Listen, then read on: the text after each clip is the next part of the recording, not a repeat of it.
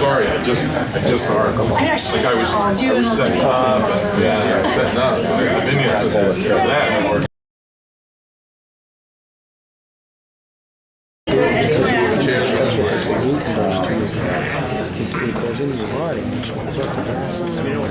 I think it also microbiome that helps destroy your fertility there.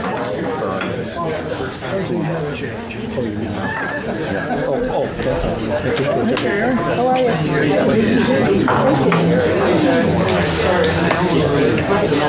You good? How are you? He just said I didn't crawl?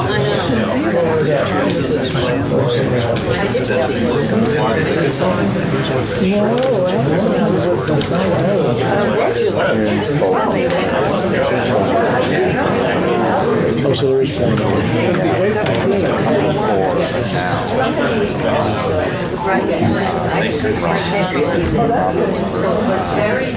Yeah, that big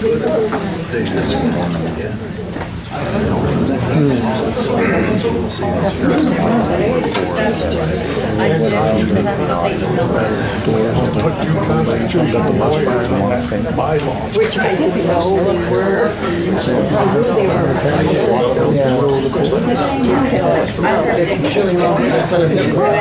Go make something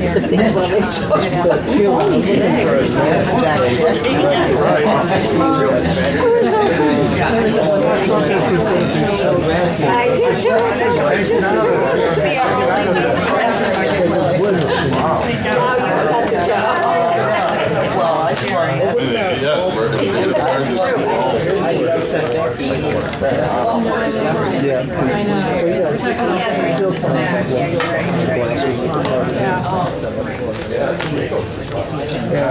It's very straight.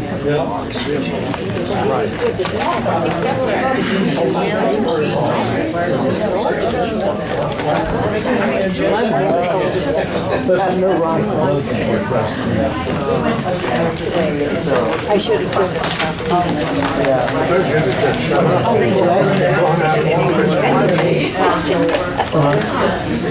Yeah, awkward. Good.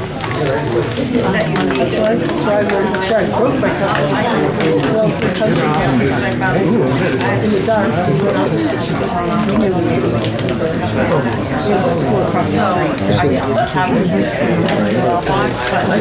No, I'm saying, but during the day, I'm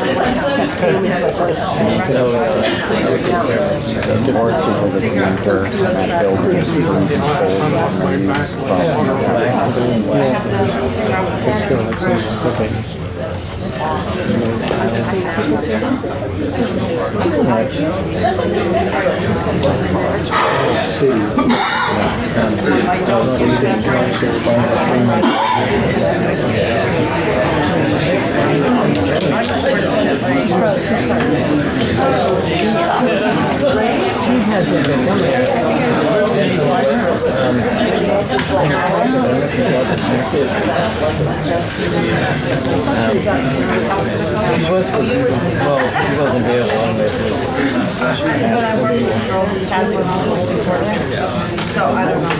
Yeah. I didn't buy this.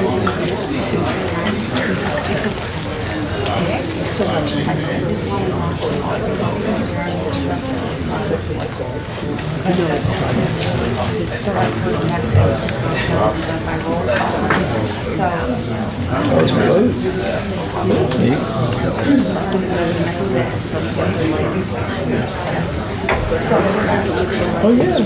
yeah. Yeah. Well, they used to, when you were there, there was like 2 buses. There's only one bus. So we have a backup. Oh, I'm sure. The outer island. The outer island, or the outer island, sorry. I think it was a couple of years too. I really want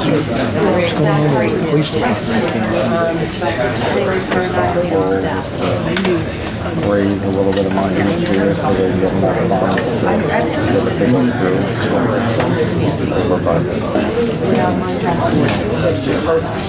Oh, really? How can we run it back? They have the dialogue, the refurb, they both. Good evening. Good evening. Good evening, everybody. Good evening. I wish to open this meeting of the Exeter Planning Board on January 23rd at 7 p.m. in the meeting room on the mezzanine of Exeter Public Library, located at 4 Chestnut Street, in case you're wondering where you are. Exeter, New Hampshire. I'm Langton Plummer, Chairman of the Board, and to my Your left, Aaron Brown. Gwen English. Nancy Belanger, Select Board Representative. John Gruder. Jen Martell. and alternate, oh, excuse me, yeah, alternate. Marty Kennedy. Thank you. Before we go any further, I need to announce that the Green & Company, 76 Portsmouth Avenue, case number 24-8, has asked for a continuance. So we're not going to be hearing that this evening, and I'm going to be asking for a motion for someone on the board to make a motion that we can continue this case till our next meeting, and I'm not sure the date is certain yet, but Dave? February 27th at 7 p.m. Okay, then I will make the motion to delay planning board case number 24-8 to February 27th At 7 p.m. at 7 p.m. at the town hall, probably. Probably no WAC room. Yeah. That was the, Yeah, at the NOAA. we expect to be in the no WAC room for that. Second. And that's seconded. Voice vote, please. Those in favor indicate by saying aye. Aye. Opposed? Abstentions? So be it. That carries. If you're here for that case, you're welcome to stay and enjoy the entertainment, or you can go downstairs and read the night paper, or you just go home and have a nice hot cup of cocoa. Thank you. I'm going to table the minutes for this evening because we have a couple cases still to go through, so those are important things for us to do. So we're going to continue public hearing on the application of Riverwoods Company at Exeter for the site plan review and wetland cup application for the demolition of existing administrative building and the proposed construction of a new supportive living health center, along with associated site improvements on the property located at 5 Oak Drive. Separate property is located in the R1, a low-density residential zoning district, and identified as tax map parcel number 97-23, planning board case number 24-16. And I'd ask Dave if he'd like to start off, please. I need the mic. Oh, pass no, that's right. Community mic tonight. Thank you, Mr. Chairman. Just to recap, the applicant has appeared before the planning board at both their November 21st and December 19th meeting. A site walk was also conducted by the board on December 12th. At the last meeting on December 19th, that this matter was discussed, the board requested the applicant to provide additional information, including a revised landscape plan, documentation of density calculations, a master plan narrative describing future development of Riverwoods at Exeter, and a during construction plan depicting the construction sequence and proposed locations for contractors, parking, and laydown areas for construction materials. The applicant has submitted revised plans and supporting documents dated January 15th, 2025 for your review. And that's all I have. Okay. Who's speaking first this evening? You share the mic.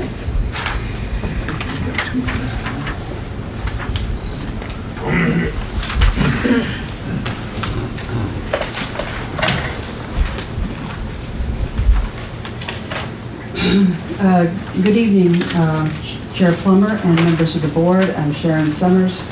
I am the land use attorney for Riverwoods, and I am with Dunning, Tucker, and Chandela. The purpose of tonight's meeting is to present you with the information that was requested at the December 19th meeting and to answer any remaining questions which the board may have prior to closing the public hearing and then making a decision on the application, which is our request tonight. With me is Justine Vogel, CEO of Riverwoods, various Riverwoods residents who are present to show their support, and members of the development team in the front row here. Our presentation tonight will consist of, in the first instance, Eric Sari, who will walk you through the revisions to the site plans on issues that were raised at the December 19th meeting. And then the bulk of the meeting will be devoted to Robbie Woodburn, who will present the revisions to the landscaping plans that were requested to demonstrate that we do in fact meet the site regulations and that we responded to the concerns that were raised at the December 19th meeting. The next speaker will be Tom Severino of Severino Construction, and he will present the submittal on construction, which explains the sequencing of the work and where the laydown areas are going to be, where the contractor is going to park, and so forth. We also, as Dave Sharples has noted, we have provided the board with information on our goals and objectives in terms of master planning. And we have also provided density information and the calculations to support the fact that there is more than adequate density out there. We will be happy to answer any questions which the board may have on any of these presentations. We understand that there may be further public comments, and we will, after those public comments, we will respond to those, and then we will provide a summary. And so with that, I will turn this over to Eric Sari. And Eric, do you want to come over here? Yeah. Pretty much.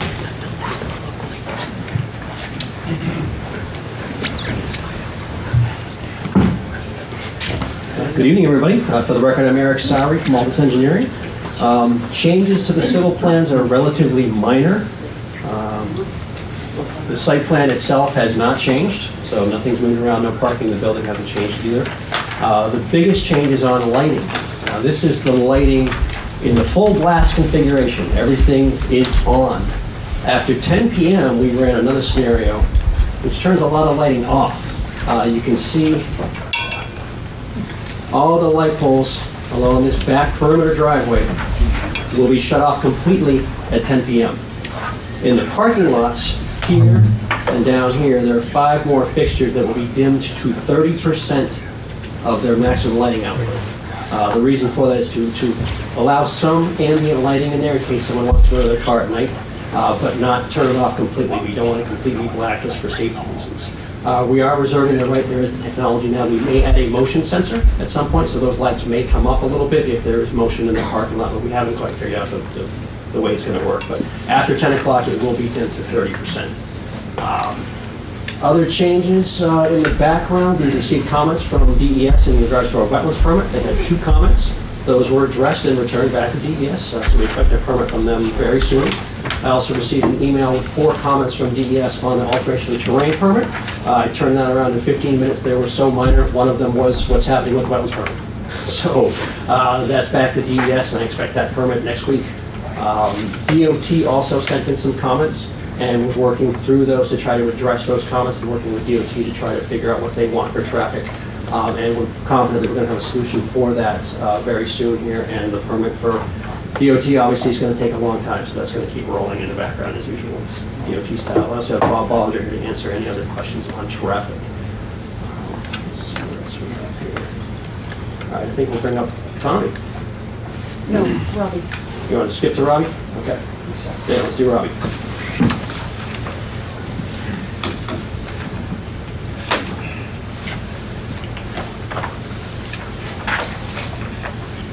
Good evening. My name is Robbie Woodburn, landscape architect from Woodburn Company in Newmarket.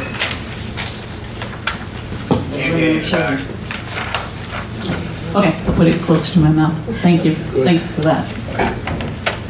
So this is the plan that we talked about in both November and December. It's the original plan. We did hear you in all of your comments, and basically what we heard is no one wants to see the building. There was also a comment that the park could go, but a forest should stay. And we talked about that, but the park is an important recreational asset to both Riverwoods and the town of Exeter, so we're designing our screening to keep the park and really have a significant screen. This is the pre-existing plan, it's not the new plan. Tonight, I'm going to show you the proposed plans and describe how we determined where the plans should go, how big they should be, and how they're needed. We'll start by looking at key views, mostly from 111 and Riverwood Drive. We'll look at those existing views, and then we'll review the landscape plan, and I'll do a sort of a overlay system that shows how those screen plans were added. I'll follow that with three-dimensional renderings, both in summer and winter, over those existing views so that you can see the change that the plan would do. And I'll end with an animation that the architects put together. So I'm going to toggle back and forth between these plans, and I'm sorry that the lights make it not great to see, but you can see the change in plans from the existing to the proposed. The dark circles are all new evergreen plantings. This plan meets or exceeds both the zoning and site planning requirements, in addition to having this heavy screen. So in addition to the site plan we showed you in December, we've also added additional trees, deciduous trees and evergreens on the 55 Kingston Road parcel that Riverwoods owns. This plan, I wish it was a little bit more clear for you guys to see back there, because I think it's an important plan. It takes our landscape plans and superimposes them on the aerial photograph of the general area surrounding the site. It is a plan that is a photograph taken in the spring. So none of the leaves are on the trees, but it shows and emphasizes where the evergreens are that separate the site, and those are the ones that everybody's concerned about and wants to see. So if you have a chance to look at the printed version of this when this comes out, that's what this drawing shows. And it also shows that although the building is large, we've made every effort to not disturb any more area than we needed to disturb. And then this is obviously the same image, and it calls out in numbers areas where we've taken existing photos and where we think our attention needed to be placed for the new plantings. So this is a series of existing condition photos taken from Route 111 and Riverwood Drive. On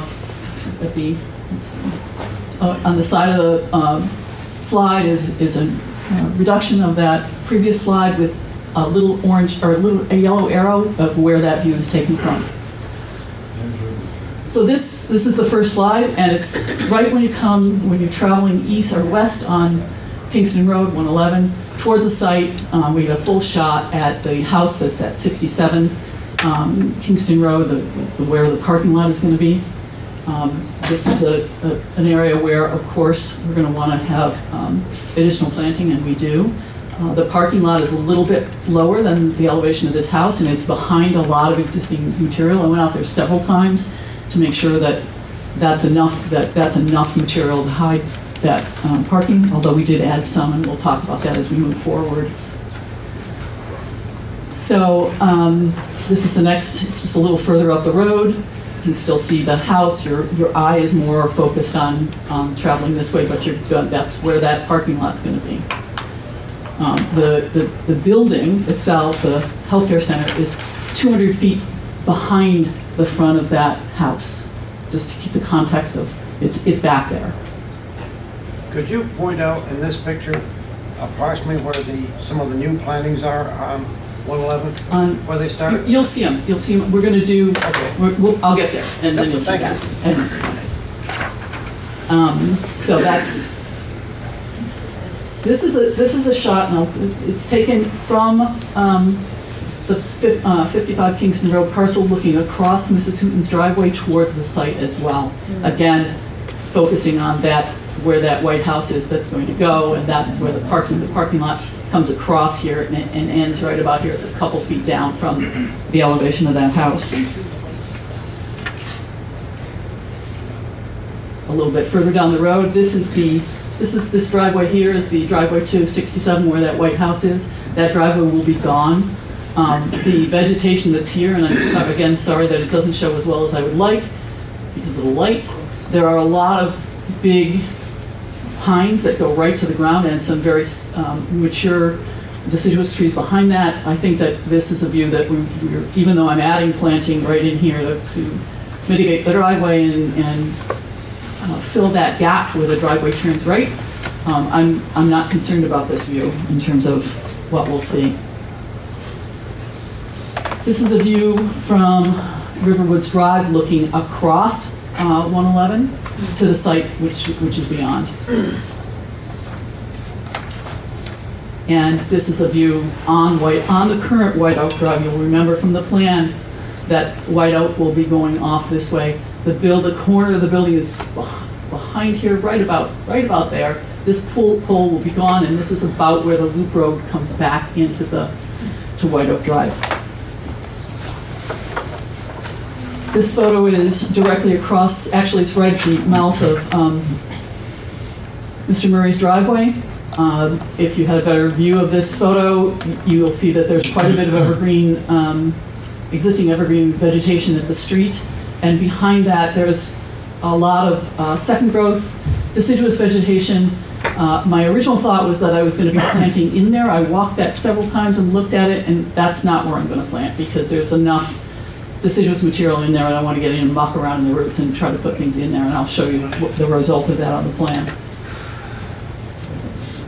This is the view we've always been rendering. It's the intersection of Pickpocket Road and Kingston Road. It's looking directly into the park. The face of the building, the corner of the building, somewhere around here, and you'd be seeing both ways. It is the most impactful view into the site and where we're putting a lot of emphasis with our material. Also note that these spruces that are here, the canopy comes down to about here. We've planted underneath that as well to aid again in filling the screen. And then this is our last view, all the way at the top of the screen on the key right here, looking back towards the park. So, again, back to our plan. I'm going to walk through a series of 2 or 3 drawings that show how the evergreen screen that we've planted here builds and layers to address those views we've just looked at. So, this is a black and white copy of the plan we've just submitted to you. And what I've highlighted here in color are the existing evergreens or the proposed evergreens that were on the plan, the previous plan. I've got a key to the side that calls out what they are, the evergreens and their sizes. I should note that we're using a variety of evergreens from pines, white spruce, blue spruce, one Norway spruce in a key place, western red cedars, sea green junipers, and rose bay rhododendrons. We know that we like to put the emphasis on native plants. Not all of these are native, but many of them are. The other thing that's key here, and I always ask when I see people's plans, are how big are those circles anyways? So the evergreen circles are 2 different sizes. There are 9-foot circles here, and down here those are 12-foot circles, and it has to do with which kind of plant we're using at that time. So The existing plan had a grouping of evergreens at the corner of the building. They were a combination of 12 to 14 foot evergreens and 8 to 10 foot on that corner. And then down below, we had mostly white spruces in here and some pines that would go with the existing vegetation that's around there, and then some more white spruces there. This is, when we did this on the original plan, we were looking to screen that parking lot from Mrs. Hooton's driveway. When we went out, we changed that because we stood here and we looked and we added some more. We'll talk about that in a second. So again, this is still the original plan, but what I've highlighted are, in addition to the evergreens, are the deciduous trees, which are in pink, and the existing vegetation that's around. And the existing vegetation is significant, even though in some places it's a little straggly. It does give us a good veil in front of that building. And this plan shows the added screen plantings that you have in this in the current proposal. I'm going to walk through those so you know what they are. You'll remember that oops, sorry, my bad, hit the wrong button. There's those spruces up near the pickpocket and intersection. Those orange circles are Rose Bay rhododendron that are 4 to 5 feet in height. So you can imagine underneath the canopy of the spruces on the north side of them, we're planting those rhodies in a staggered line to fill that hole. Then as we come around the drop-off loop and parking, we've got a layered planting of 8 to 10 foot evergreens, 10 to 12 foot evergreens, and 14 to 16 foot evergreens. Most of them are western red cedars, and there's a reason for that. And then there are, as accent plants, blue spruce and a Norway spruce. The western red cedars are a plant that are very hardy. They grow quickly. They're beautiful to look at, and they grow nicely with others, meaning I'm showing these at 9 feet on center. The bigger ones are going to come to the site day 1, 5, 6, 7. The biggest ones probably will be 7 or 8 feet. And we've got them tightly spaced. There will be space between them. They will grow together. Western red cedars plays nicely with others, so when they grow together, they still look good. You know how some evergreens, when you plant them too tight, it's not a good thing. So we've got this layered grouping of evergreens, getting taller as they go to the back, and preserving the space, the feeling of space in the park itself. So we've got a pretty heavy evergreen population right here, a certain double row here directly across from Mr. Murray's house, because his driveway is here, and that's the photo we took, but his house is here. And this is, even though there are evergreens in here, it's pretty open. So that's why we're laying on hard with the evergreens there. As we come down behind that wooded area opposite Grant Murray's property, instead of putting the evergreens in the woodland, I put them just off of the roadway shoulder, far enough away so they're not going to grow over the road, but in a place where I'll have room to plant them, and they'll still provide a screen for the building that's there. Those will start out at 8 to 10 feet. It is a plant that can, another good attribute about the western red cedars is they grow quickly, and they grow in shade or sun. They're basically what we use as a substitute for hemlocks, because we can no longer use the hemlocks, which is a native, and that plant does the same thing, but it has the Willia delgid as an issue, so we can't use it anymore.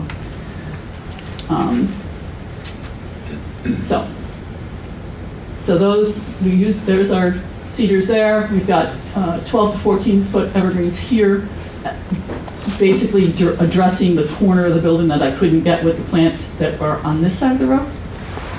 Then in the parking lot, along the edge of the parking lot, we've added sea green junipers. They're going to go in at 2 to 2.5 feet in height, which is like, well, what? What they do is they'll grow to 3.5 to 4 feet high, and they will knock out the line of the cars and the lights from the cars. And of course, in addition, we have deciduous trees in there as well, which will help us more with screening the building. But that line of orange is to screen the parking lot lights. This area here, I'll point out, is pretty thick existing vegetation, so I'm feeling good about that buffering. You'll remember we talked about these spruces here. As I stood at the house, it's nice to stand in that yard and look out and see what you're going to see. That's where that opening is, so we've added another row of spruces there as well. The reason we've used spruces here, of course, we're going to get the northeast wind hammering them across that field, so we're using the most hardy native shrub, evergreen we can. So I just want to look at my notes and make sure I said everything I needed to say. I hope I did. So when you join that added screen material with the existing vegetation and our deciduous trees and other screen material, notice I didn't highlight any of the rest of the landscape plan, it's just the stuff that's going to help you from the view from the street. It's a very robust vegetated screen. Is it going to hide everything? No, it's not. But it will screen the building, and you'll see it in the renderings that we do next. So, how could I forget?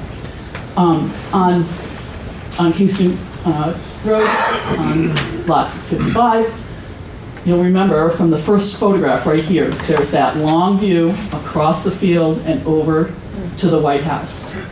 So we've done a double duty planting here. I know people that asked for a long line of evergreens, and that isn't going to fly for several reasons, one of which is right along in here, it's a very wet field. So we're going with vegetation that's going to be happier in having sort of damp feet. These trees are planted on the uphill side of the swale that runs along the side here. They're probably, as I remember, about 30 feet off the side of the road. And they consist of red maples and disease-resistant elms. So they and their canopy during the summer are really going to assist us, but what really will plug a lot of the hole is these evergreens that are right here, and those are spruces as well. So, to the renderings. There's our key of where we're looking. There's our existing photo, and again, I apologize for the brightness of the screen, but this is that view, that first view. That house was right in here. You can see the trees, the small trees that are coming along here. Oh, one thing I do need to say is the question is, well, how old are these trees in these renderings? So the architects, when they modeled the planting, I asked them to put them in 3 years down from past installation. So these are roughly 2 to 3 feet taller and wider than when they would be installed. I'm not showing them full grown. I'm not showing them 10 years from now. 3 years down the road, they should look something like this. So that's the first shot. And there it is in winter. And you can see right there, that line above the top of the trees and through the deciduous trees, you can just get the glimpse of the top of the building. So this is the next view, a little further up the road. Same thing, you're getting glimpses of the top of the building. And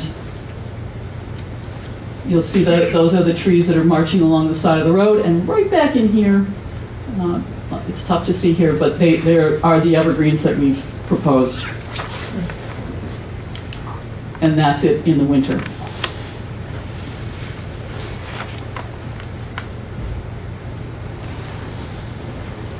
And that's further down, that's a little bit further down the road. You put everything in here.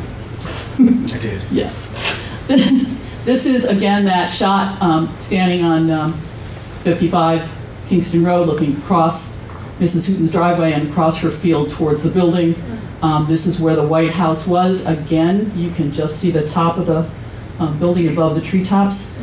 The trees, the existing trees that are there will grow. This is, again, 3 years down the road from installation. And so that's what that looks like. And there's our winter view. You can see right in here that line of spruces that we were talking about along the backside of the bioretention area.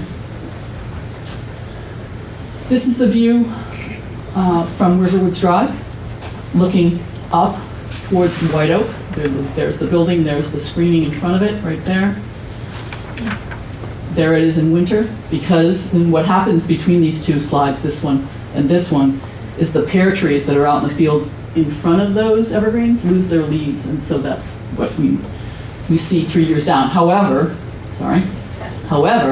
those evergreens that are here, that's only 3 years after installation, they will continue to grow.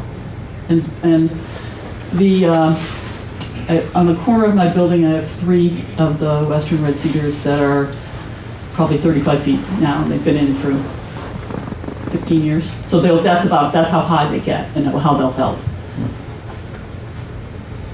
This is the view from White Oak Drive, and you can see how we've added those evergreens on the Kingston Road side of the Loop Road, and these are the ones that are in the existing plan. And that's the winter view. That's one of the winter views from Riverwoods Drive. This is Mr. Murray's rendering. You can see the building back in there. You can also see that line of evergreens I added on the Loop Road side of the existing vegetation. You will see glimpses of the building. There is no question about that. However, the vegetation that we're proposing will add another layer of veiling to hide that building. Those trees will continue to grow and fill in, and there will be more coverage. That's the winter view. So you can see in the winter view, you can see how those evergreens will be helpful for us. Here's that view from the intersection of Pickpocket looking into the park. We've got the rhododendrons that are underneath the spruce, or on the other side of the spruce. We've got our planted evergreens 3 years down the road. They will continue to grow, and they'll continue to work on the side of the building. There is, right behind the kiosk, right in here, it's the only place I felt I could use a Norway spruce. Norway spruces get big, big, big, big and wide and big and tall. They're not as fast growing as the other things. I do love them because they make a great screen. They just need a lot of room, and we don't have a lot of room. So that's where we're doing one of those. That's the winter. Again, 3 years out, not full grown. And then that far shot in the winter. So I wanted to conclude on the landscape plan of we've shown you what we did before. We've talked about the reasons why we're putting plants, where we're putting them, how big they are, what they are. And I hope you'll agree that that's a very robust screening plan for the building. And it does meet zoning and site plan regs. So, we have an animation that Eric will talk to you, narrate. I can't do nearly the justice that Robbie did describing the landscape, but as we look at the animation, it really takes all of the still images that you just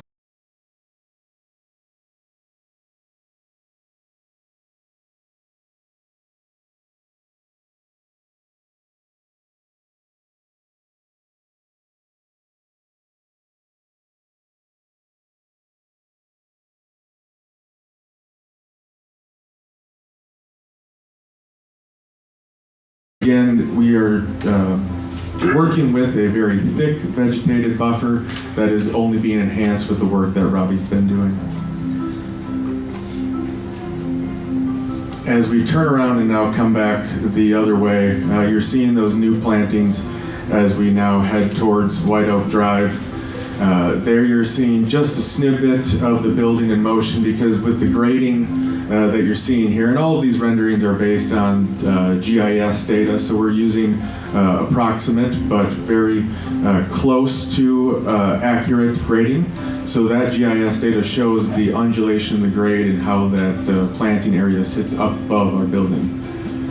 As we come up here, you're looking at the entryway of White Oak Drive, and now what we've done is brought you up Riverwoods Drive and crossing the street to come to White Oak.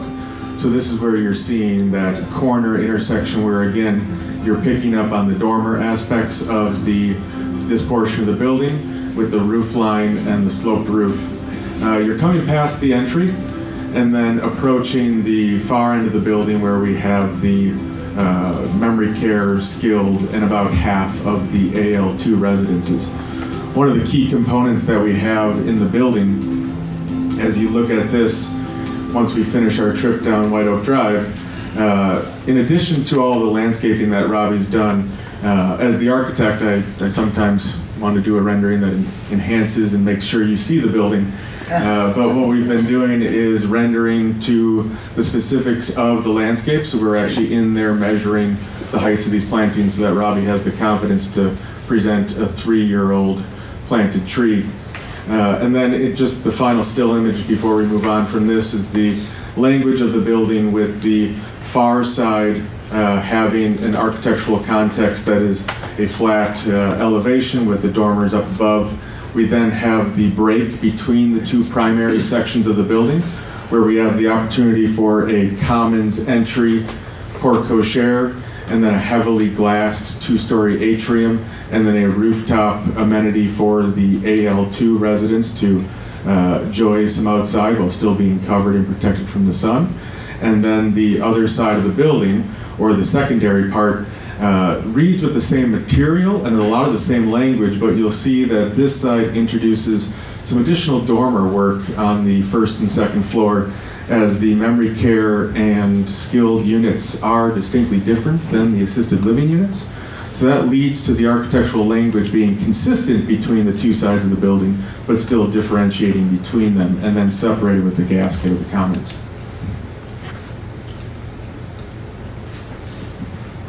I believe we have traffic next.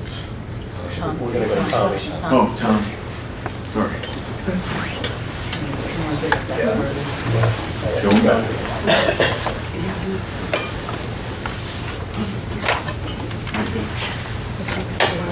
A lot of images to click through. Just a second.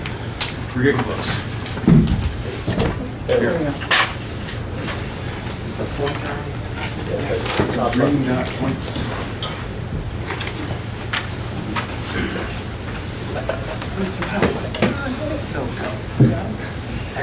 Good evening, everyone. My name is Tom Severino with Severino Trucking Company. I can assure you I won't be nearly as riveting as that just was. I only get one page for some reason. I'm here to talk about the construction sequencing, where we'll start on construction, where the parking will be during that construction, traffic, and lay down in each of those phases. Our first phase of work right here is all focused on the east side of White Oak Drive, and that's to construct the new White Oak Drive. Traffic will be maintained on White Oak Drive, pedestrians on the existing sidewalks on White Oak Drive, and we will be parking in the parking lot of the administration building, which will no longer be occupied at the start of construction. So all of our work will be over here to construct the relocated White Oak Drive and the new parking lot. The goal in that first phase is to get to this second phase of opening that new portion of White Oak Drive. When we construct that portion, we're also going to curb this side of the road that the new parking lot is on and reconstruct that sidewalk so pedestrian access can be maintained through White Oak Drive on the side of the road where there will be no construction going on. We'll utilize this parking lot, which will obviously not being used for that building at the moment, so we'll use it for construction parking. The building is sort of broken into two sections. This right-hand portion of the building, this northern portion of the building, is the deeper part of the structure. There's an underground parking garage there. So while we're focused on that excavation of the underground parking garage, this southern portion of the site where the frost walls will be for the extended part of the building is a flatter surface that all gets filled with gravel. So we'll gravel that portion as if we were filling for the building, but use it as our lay down parking area for this phase of the work. So there'll just be vehicles that need to park for the day here, but all the construction activity will be confined inside the site right there during that second phase. When we get to the third phase, again, traffic's maintained on White Oak, pedestrians are maintained on White Oak, and same thing, we'll utilize that new parking lot. Then we will focus on the frost wall portion, the shallower portion of the foundation construction, and we'll create a laydown area along White Oak Drive there for people to park and lay down the materials while we construct the remainder of the foundation. The goal here of this was to get that underground parking garage in and backfilled so that we can then move on to the last phase, which is constructing phase 4, getting all of the pavement done around the building. So our goal as the site contractor there is to get that site to a point where when the building contractor is on site, the new parking lot will be done across the street. White Oak Drive will be There'll be a temp parking lot almost near where the future front parking lot is. We'll have a temp gravel parking lot so that construction workers can park there. We'll also have binder around, the completed backfilled foundation, and the building contractor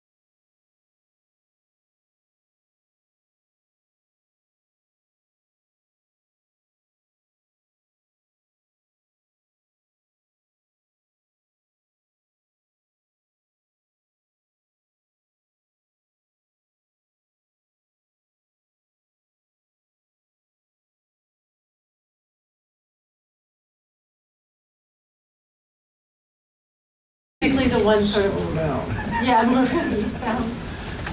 Like a horse to the barn, right? Hold on, thanks. Too many things, hold on. Okay. Tell me when to slow down.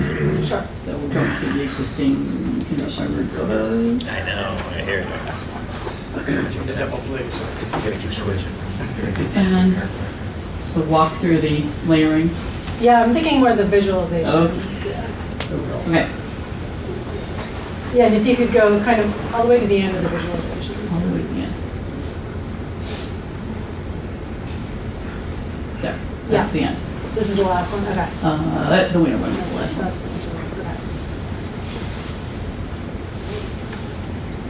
And can you go to the... Yes.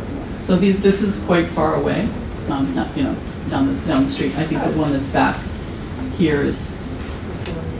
Yeah. Okay, thank you. That's it? Yeah, it was just a very quick blip. Well, we'll go to the summer one, which is a better view. While you have that up? Yes. You mentioned that's a 3-year rendering. Yes. With your pointer, Yep. did you indicate where you think the evergreens will be at full maturity? Oh, let's think about that. So, Western red cedars in particular, not the spruce, but the Western red cedars can grow very tall. In the Northeast, they don't. The library will close in 15 minutes at 8 o'clock. All laptops must be returned to the adult information desk at this time. Thank you.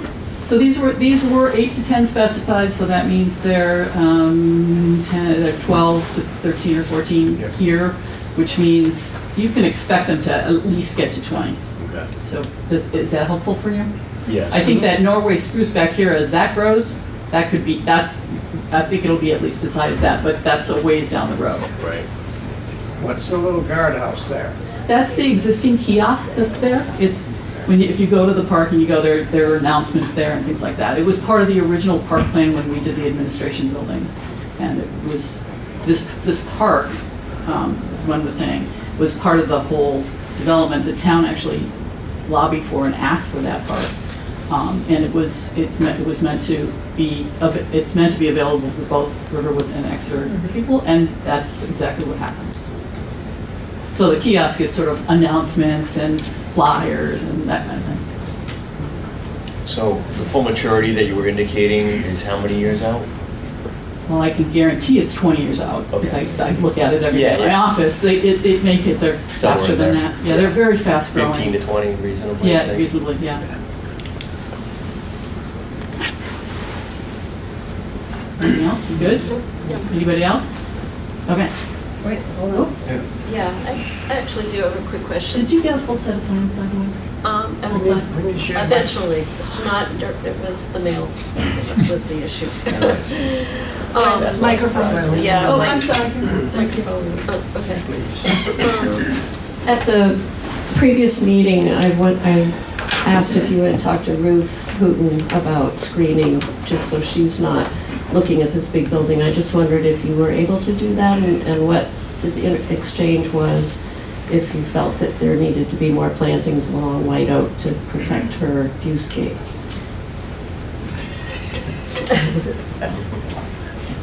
I do apologize, I don't remember that request. I think I would have heated in my head. However, it was late.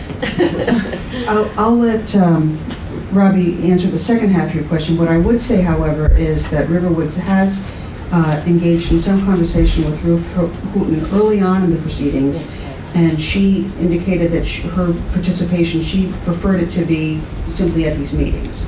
So we've tried to honor that request, and then also keep in mind the concerns that you just raised about adequate screening, which I'll have Robbie talk about. right, and that's one of the reasons why I showed that aerial photograph as well. I was out there on site many times to look at the views from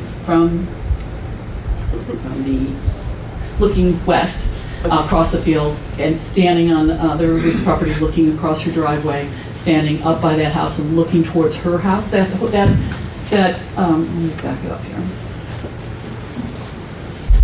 Ways to go. Hold on 1 second.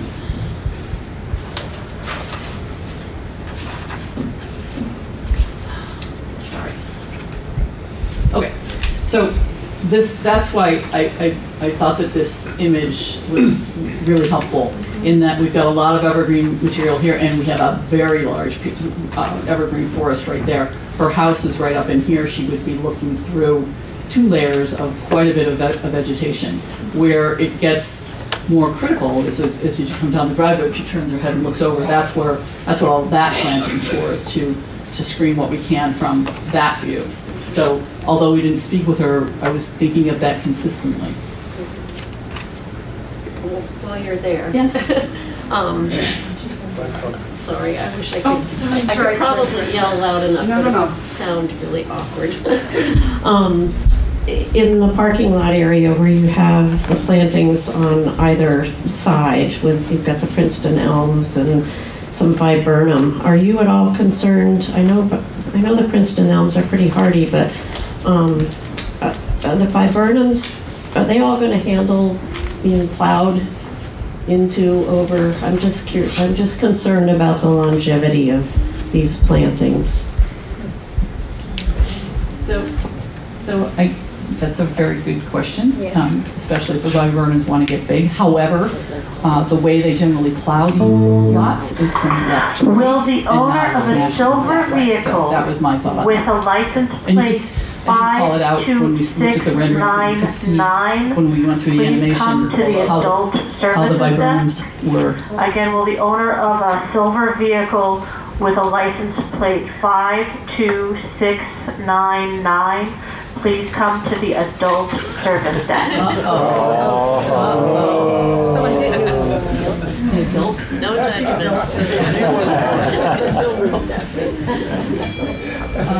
Oh, yeah, plowing, so, are we ready? Okay, plowing. So, I'll render it, that's the big thing. So in the animation, when you look at the animation, and you're driving down White Oak Drive, those viburnums hopefully will grow together better than we have in the animation, but they're meant to hide the common. And I don't anticipate that the plow will get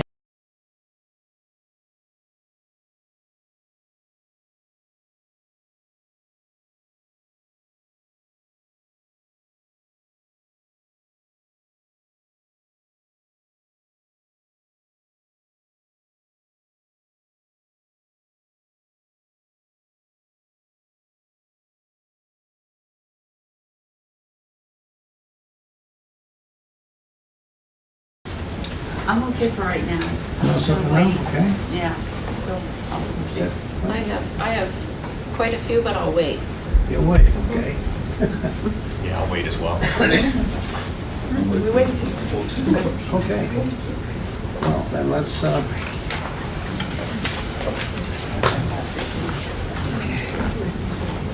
open the floor to the public. If someone would like to speak, we'd ask you to kindly come and pass the phone, the microphone to the next person that speaks. So, Mr. Pryor, why don't you come and get the microphone, please? Sir. Thank you kindly. Thank you, Mr. Chair, members of the board. Bob Pryor, Pickpocket Road. I'm the butter to this project. I just had a couple of statements, and I do want to read a letter that'll take me a couple of minutes. I apologize. One of the things that we didn't hear that I just wanted to reinforce a couple of things is that there would be no construction traffic on Timber Lane. I want to make sure that that message is repeated again so that any conditions of approval that might come down do include that. I also wanted to mention something about parking. I know that construction workers come in early and stay late and work hard, but they also all drive very large pickup trucks, it seems, these days. And I just want to make sure that there's no parking on Pickpocket Road or other public roads, and I hope that can be enforced.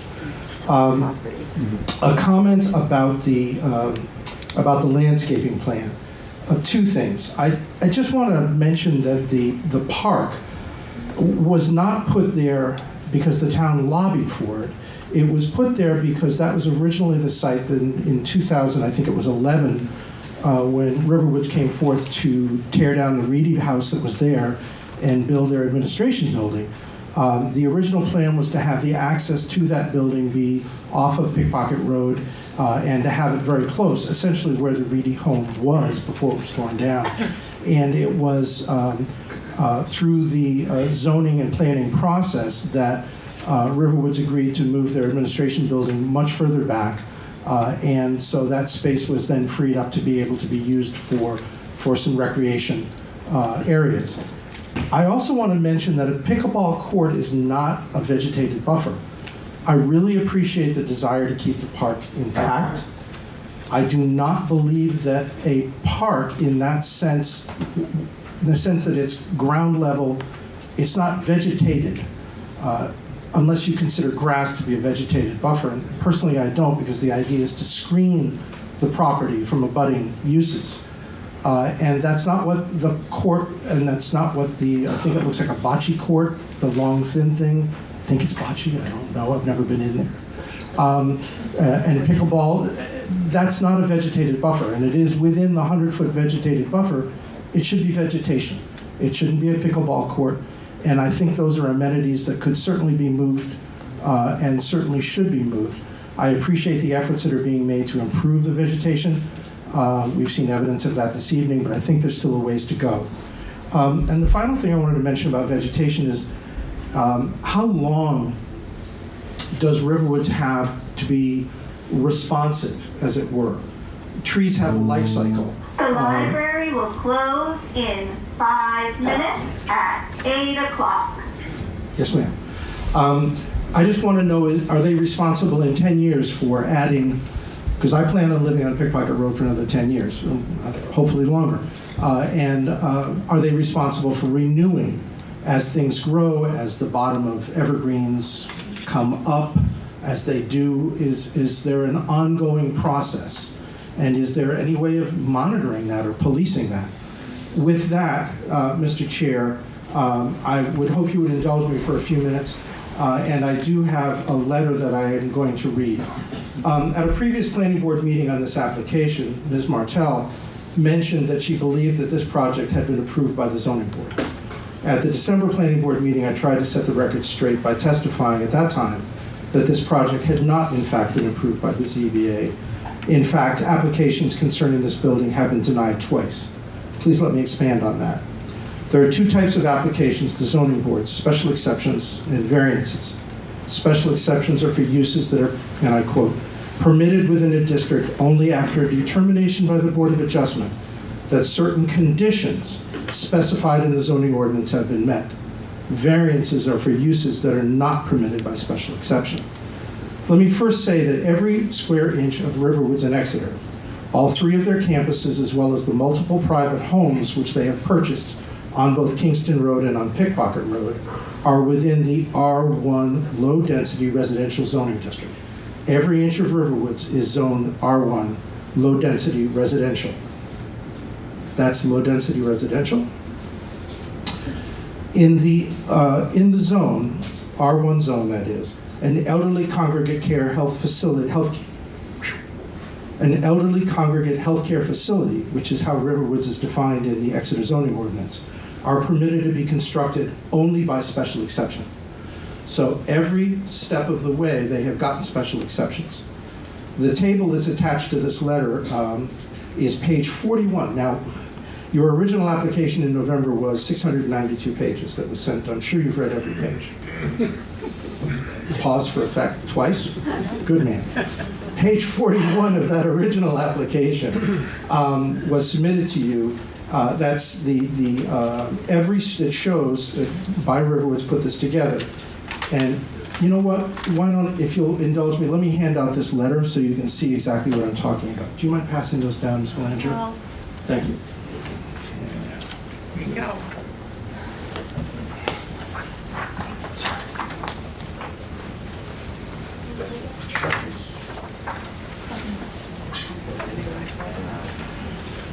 So on page 41, there's a chart, and it's attached at the back of this letter.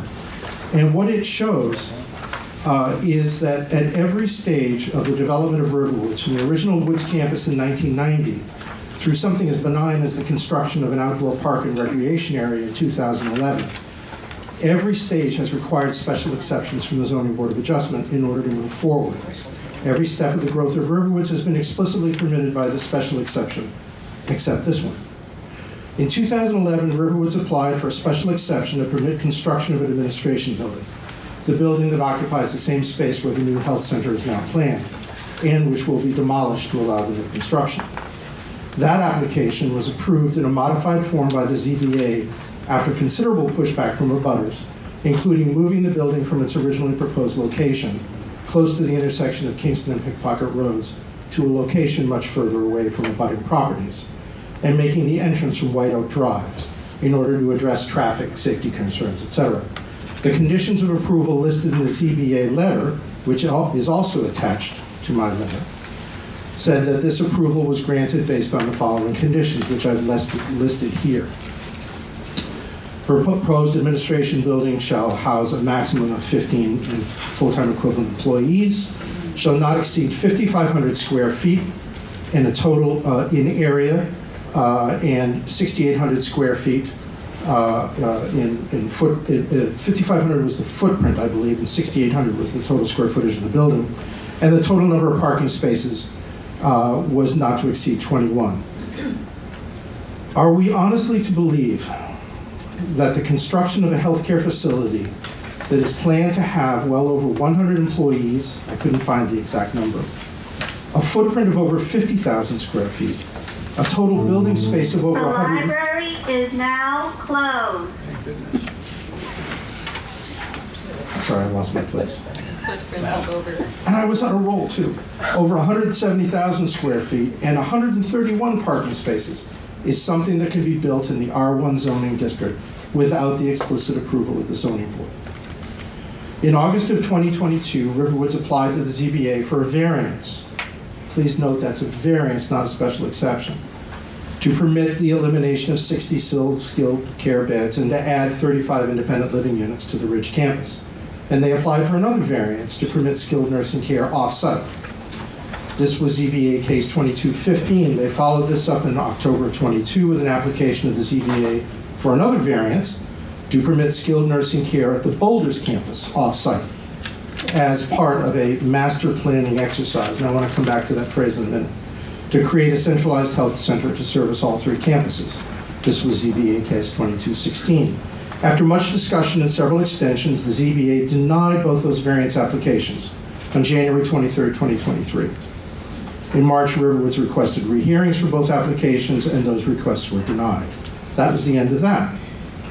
Let me pause here for a moment and dig a bit into the mention by Riverwoods of a master planning exercise.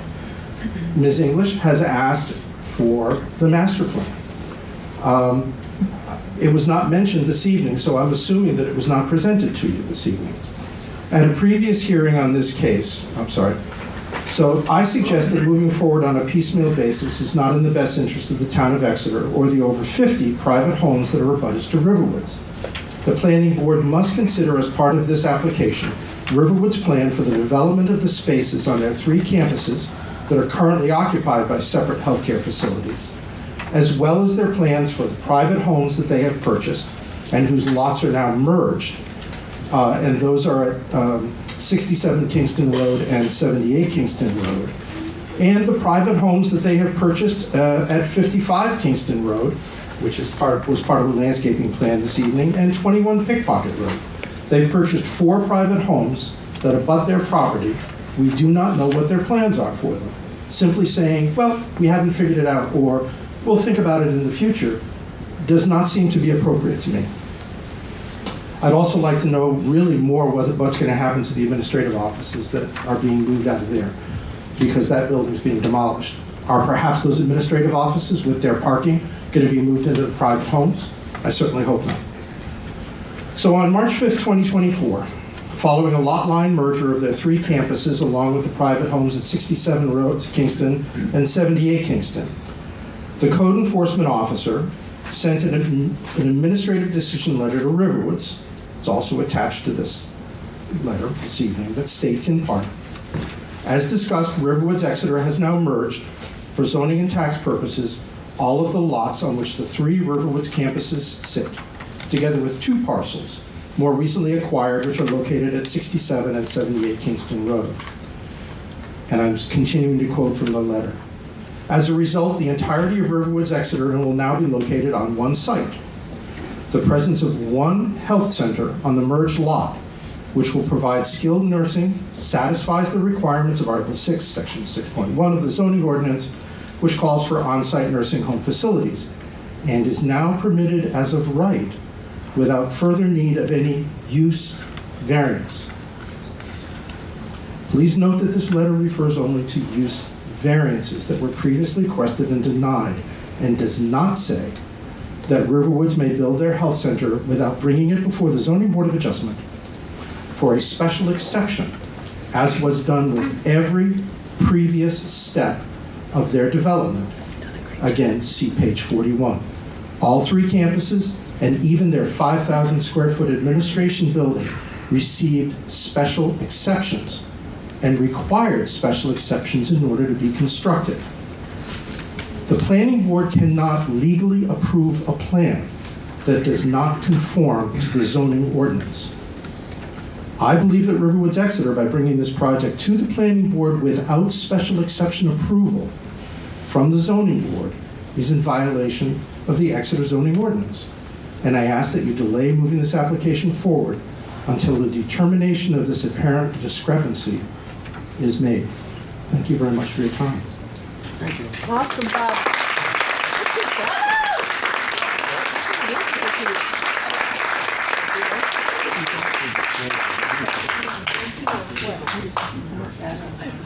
Thank you, Mr. Pryor. I had a big note on my paperwork to ask somebody about the special exception, and I guess I'm baffled as to how all these other projects required and received special exceptions, and this one didn't. And I just wonder where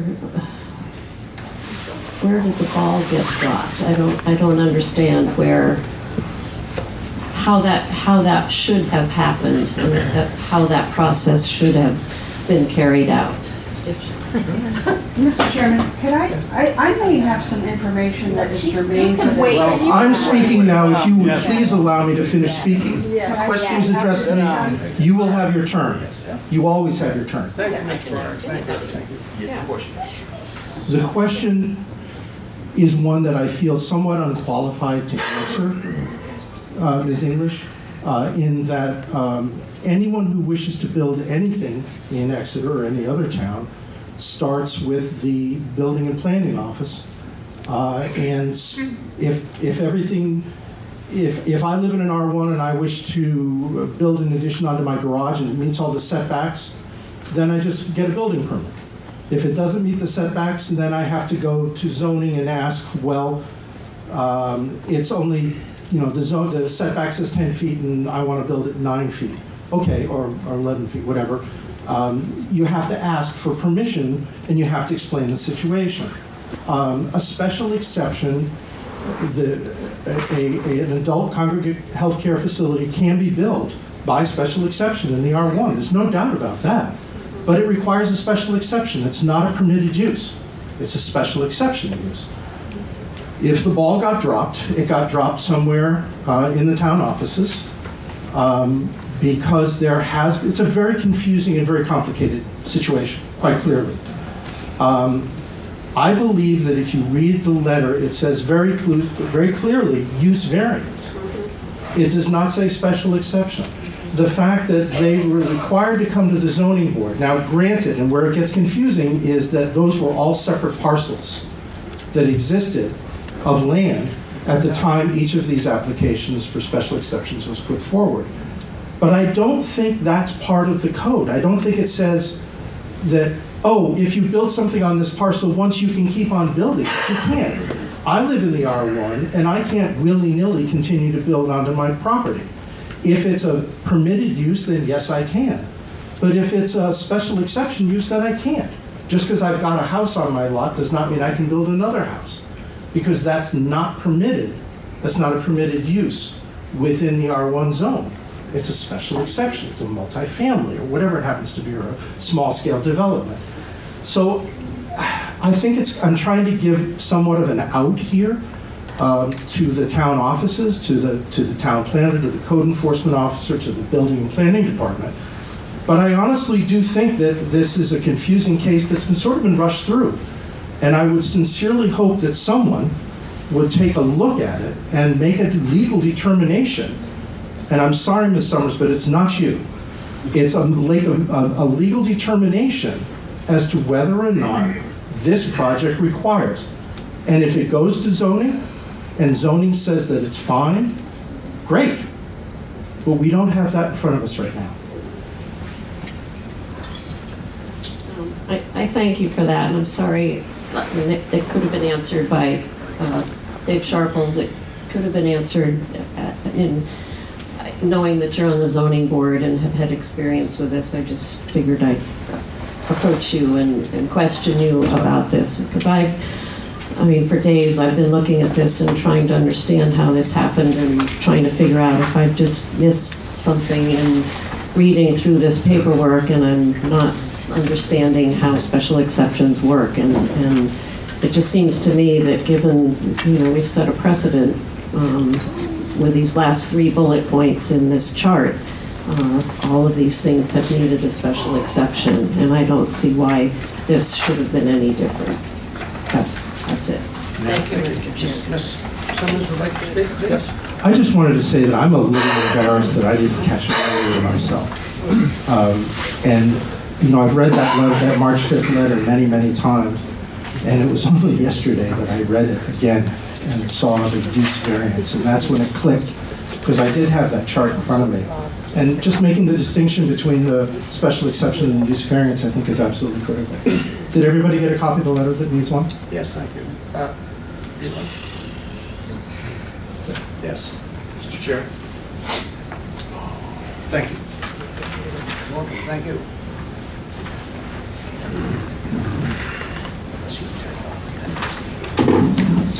Thank you, Mr. Chair. I appreciate you sort of taking me out of order here because I know there's probably going to be more public comment. However, I think that what I'm about to say may ultimately save some time. So let's back up just for a few moments to go over some of the history of this, and then I'll bring you up as recently as yesterday when we received a court order which is very germane to this question. So we have presented several variance applications to the ZBA as recently as this spring. And during the course of those, the relief that we were told that we needed did not include an amendment to the special exception or a new special exception. So that was a very consistent pattern. Following the merger of the Grinnell parcel, which is across the street on 111, we reported that merger, and there was an appeal filed by Mr. Pryor of the planning board action. That planning board appeal was ultimately dismissed for lack of action. On March 5th, when we had submitted a ZBA application for relief on height and setback issues, we asked at that time for an administrative decision to be codified, essentially saying that the only relief that we needed was those two dimensional items. We then we were denied that application, so we redesigned everything, and it's in such a way that we could completely bypass the ZBA. Then in the summer... That's the problem. Therein lies the problem. Because we complied with the zoning ordinance, and if I misspoke by using the word bypass, that is not what I meant. We designed a plan which fully complied with the zoning ordinance, so it was not necessary for us to go to the ZBA. This summer, Mr. Pryor filed an administrative appeal of the March 5th letter. The administrative appeal was untimely, and therefore the ZBA denied hearing it because they indicated that they, and correctly so, they indicated that they did not have jurisdiction based upon their own rules of procedure. Interestingly, during the course of that discussion, several of the board members themselves indicated that implicit within the acceptance of the ZBA application was a determination, even putting aside for a moment the March 5th letter, was the determination that only the designated amount of relief was required and nothing else, including a special exception. So the ZBA matters were allowed to go forward. No conversation whatsoever was raised or required relative to the special exception. The administrative appeal was denied, or not denied, I should take that back. No action was taken because there was no jurisdiction. That administrative appeal decision was then appealed to the Superior Court, and as of yesterday, we filed, the town of Exeter and Riverwoods joining in that, had filed a request to have it be dismissed. And that matter was then dismissed yesterday. So it is now settled law that that this matter does not need any relief above and beyond what was indicated back in the spring of this year. And that's really the end of it. I appreciate Mr. Pryor's zeal in trying to re-examine these issues, but this issue has been litigated to a conclusion, and it cannot now be reopened to that effect. So I hope that that answer is of some help to you. The other point, and again, just in the interest of time, there was one comment that was made that no presentation had been made on the master plan, And I just want to draw the planning board's attention to the fact that we did in fact submit on January 14th a letter from Riverwoods, and you should have that all in your packets. But essentially, what it says, and Justine Vogel is here in case you want to ask her more about it, but there are two salient points here. One is that we are currently busy building this health center, and then in phase 2, some IL units to go in the space formerly occupied in each campus by the health units. And we're also embarking upon a project in one of our sister communities at Durham. So we're busy right now.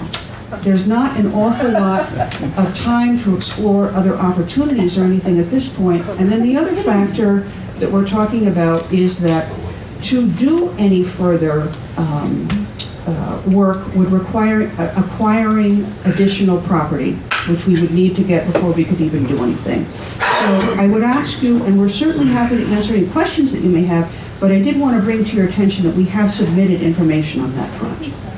So with that, I hope that's clarified somewhat, and I would be happy to answer any additional questions which the board may have either now or a later time. Thank you. Thank you.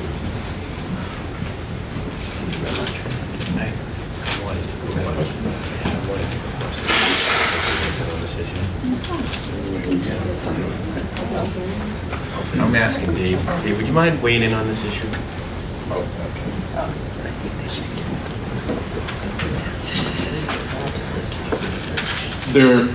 The way it's set up in Exeter is we have the zoning ordinance for land use regulations, and then we have the site and subdivision review regulations. The zoning ordinance is under the purview of the zoning officer that the select board designated, who is Doug Eastman, the building inspector, code enforcement officer. When we go to like technical review committee, what have you, when we review the plans initially, he has the final say on any zoning questions. I do not. I do the site plan subdivision and recommend, well, you have the final say, but he makes zoning determinations. I do not. And we specifically talked about that. And I remember specifically asking him if a special exception was required. And I remember he said no. And I think that was during the review.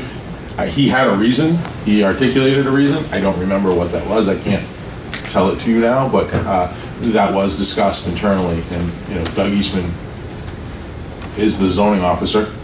He made the call, and here we are. Well, we better get in touch with him.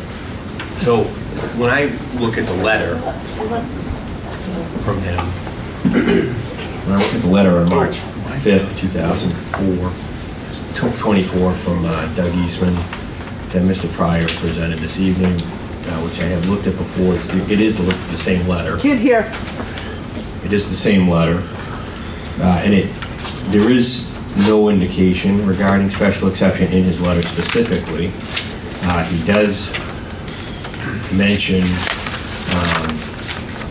essentially that if the applicant goes above 35 feet, they would need a height variance. If they don't, it would be permitted as a matter of right. The building would be permitted as a matter of right. And then he goes into other issues that could come up regarding the landscape buffer. It's a relatively short letter. So I would say that what Dave's recalling seems to be consistent with the letter that Doug wrote. Yeah. Mm-hmm. And further testimony from Attorney Summers indicates that this matter is a non-issue at this stage. We generally don't have this come up at our level. These things are typically well resolved before they come to us, unless it's brought back up. Thanks. Well, I might say also, before we open the case, I always ask our town planner if the case is ready to be heard, and typically cases come to us, and those things have been taken care of before we get the case, so it doesn't delay and make our time longer. Kid here. Go back and forth. So I was just saying that typically, as the plans come to us, I always ask if Mr. Sharples if the plan is ready to be heard. And when he says yes, then I ask for a motion to accept the application. What has happened before that is The Conservation Commission has done their review, and in the technical review process, they've done their review, and that's saying that things are all set for us. Otherwise, we'd be wasting each other's time going back and forth, and part of the whole process is to try to move cases along in an efficient, careful manner. And so we try to do that to the best of our ability, as does the planning department. Oh, yes, another person. You're on the public still. Oh, yes, it's on the public. Still open to the public. Not trying to steal the conversation from public. Thank you. Barbara Freeman. I live on 6 Sandstone Way in the Boulders community. And having been on Newbury Planning Board for 9 years and chair for 6, I am inclined to agree with Mr. Pryor. I really think that there was a slip-up here, and that the planning board should have sent the project back to the zoning board to review and grant the special exception if one was required. I also think that there has been little effort on Riverwoods Exeter in changing this enormous building to fit in this area. In our R1 zone, and you look at, yes, a heroic effort has been made with screening. However, that building is an urban building. When you look at it, it's nothing but an urban building, and it's in an R1 zone. So, excuse while my hands shake. I really think that an effort has to be made by Riverwoods Exeter to scale down this building, and I think it can be made. So those are my comments. And I'm not opposing the construction of a separate healthcare facility, so I don't want to be misread as saying that. I'm looking for a solution that is good for Riverwoods, but also good for the town of Exeter. And I think this building is out of scale. And the other thing that is difficult about this building is a lot of the landscape is enclosed in the building, not accessible to the community, and unfortunately, probably not very pleasurable for the residents who will be living there, because they'll be enclosed. And cutting edge senior care now is trying to actually encourage community interaction and being part of a community. And I don't see this building doing that. Thank you.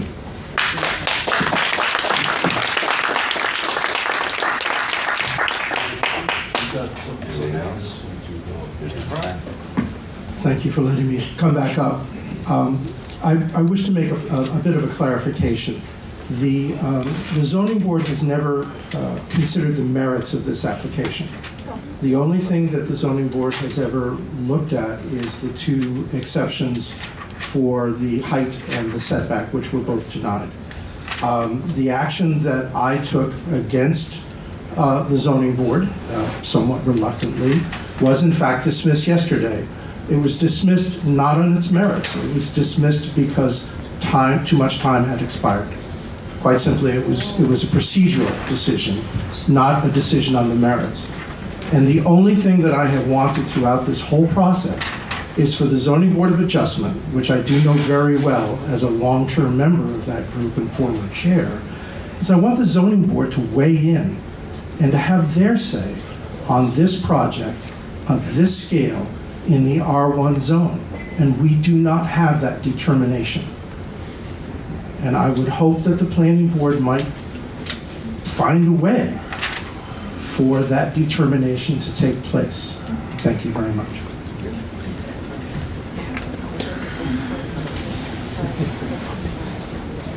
Good evening, Chairman Palmer, committee members. I'm Bob Cully. My wife Ann and I have lived at Boulders for the past 6 years. We continue to be concerned about the problems that the proposed centralized healthcare building will create for residents of Exeter and the surrounding town of Butters. So far as the landscaping is concerned, the revised landscaping plan submitted does not solve the proposed healthcare building's appearance problems. Most of the evergreen screening trees are 6 to 12 feet high. The building is 30 feet high. The building's warehouse appearance is going to continue to be visible as a contrast with the area's important rural character.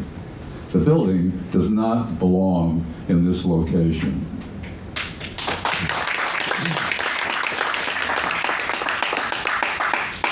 From a master plan narrative standpoint, the Riverwoods Exeter master plan is not yet complete. The elimination of campus health centers will have an extremely disruptive impact on the resident population that believed that they were buying lifetime health care contracts on their home campus.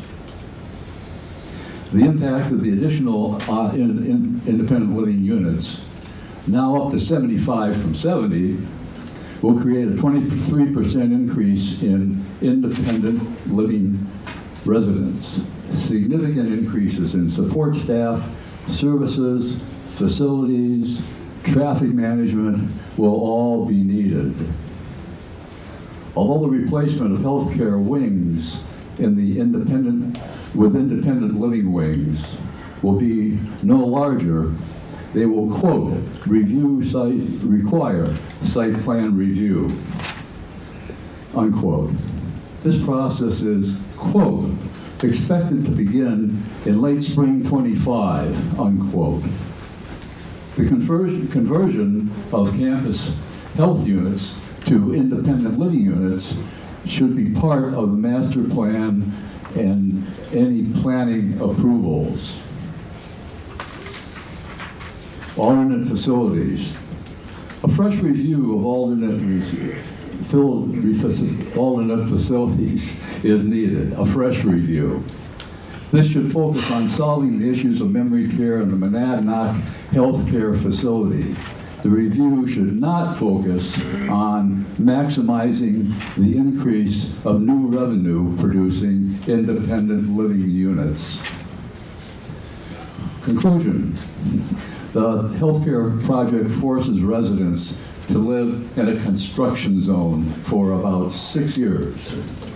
Approximately 1/2 of the current residents will not be alive at the end of the construction project. The resident council at Riverwoods has issued a neutral opinion about the healthcare project. The administration's comment that, quote, we continue to balance the need to serve with the need for stability, unquote, is not resident focused. Riverwood residents and town of Butters have significant personal and financial investments in their existing homes. Our homes are our future, our hopes, and our dreams. I'd like to leave you with a quote tonight from William Butler Yeats. The quote is, tread softly because you tread on my dreams. Thank you.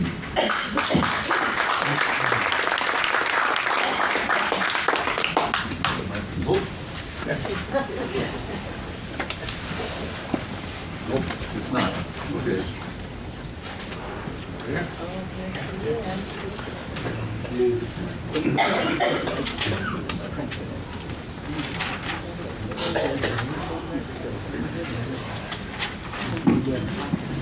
I'm Susan Desjardins. I live on 20 Cullen Way in Exeter and a neighbor. I'm also chair of the board, of the CCRC board, Riverwoods board. And we have two duties. One is a fiduciary duty, which is to live and work in the best interest of others. And the other is a duty of care. After the planning board meeting in December, I called a board meeting because I had received, through the resident council, several letters from residents who were concerned about the healthcare center. And I brought all these letters to all our board members, 15 board members, including several trustees who are residents. And we read through each one of those letters, and we discussed them, and we agonized over them, because we thought about our two duties, our fiduciary duty and our duty of care. So I'd like to read you the letter that the board and I put together in response to, and it went back to the resident council, but it also then, because of the request of the resident council, that it go out to every single resident.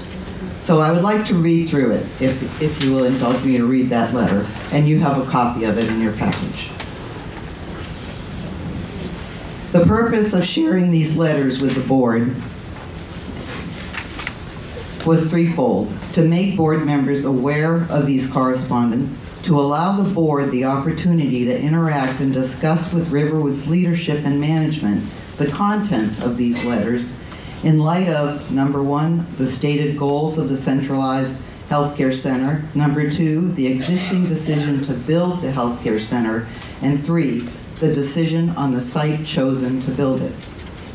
To demonstrate in no uncertain terms that our CCRC board is a body that listens, and we hear our residents, we are there for them, staff and leadership, and we take and make the time to address and discuss issues and decisions, especially ones that are divisive and simply misunderstood. We want residents to know that this plan emerged only after considerable thought about the future of healthcare at Riverwoods. While our initial gap analysis in 2016 focused on the lack of memory support unit and the aging infrastructure of the Monadnock Lodge, our post-pandemic world added a worsening healthcare staffing shortage and rapid changes in healthcare delivery to our agenda. With regard to building the healthcare center at Campus Crossing location, the CCRC board reaffirmed this site location. We reviewed other locations that were considered in the past, including modifying Monadnock and expanding the Ridge. The board reaffirmed that those were correctly rejected. We either did not meet our size requirements, or they risked creating an inequitable access opportunity, the haves and the have-nots. In addition, resident displacement for many months during construction carried significant weight in rejecting the Ridge location. The Campus Crossing site with a reliable transportation plan is equitable and the best choice location. While we understand the concern that residents share about access and ease of visiting healthcare center residents, the board affirmed our decision to build the healthcare center in the neighborhood configuration with larger one-bedroom apartments and more two-bedroom apartments. This was intentional in order to accommodate independent living spouses of healthcare residents and will allow them to share the space in the healthcare center if desired and available. Additionally, the centralized healthcare center will accommodate a variety of common spaces that can serve as an activity destination for all residents. The goals to centralize leadership and staffing and ensure specialized memory support is provided in a designated memory support unit. Those were driving forces in designing the healthcare center as it is and where it is. The board affirmed that these goals must be achieved to provide the best healthcare we can. For many reasons, we believe the central healthcare building with all the services in one location is the best strategy to ensure we deliver the highest quality of life to our residents in healthcare. We recognize that this is not the perfect solution, and that it will come with trade-offs. But we are united in our commitment that this is the best solution. We have heard from residents who agree and support this decision and from those who do not. The board has absorbed that input and made the decision it believes best. And finally, on a personal note, during the Riverwoods Exeter holiday event earlier in December, I visited each of the lodges, which is each of the healthcare centers, and spoke with many of the residents living there before attending the main event at the Woods. Even though I had visited the lodges in the past on numerous occasions, this time felt different. The facilities did not strike me as best in class, and I wondered how often independent living residents visit the lodges.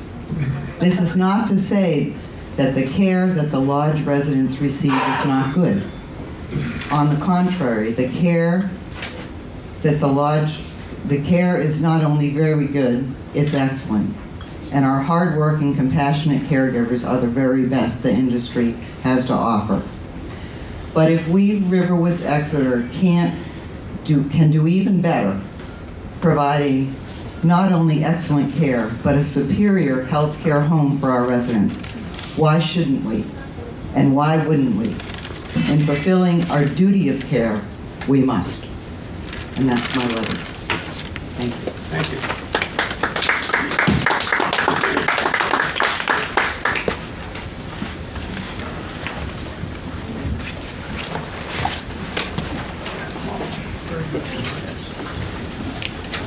Mr. Chair, before we go any further, does everyone else have that letter in their packet? No. Okay. I don't think we have that letter.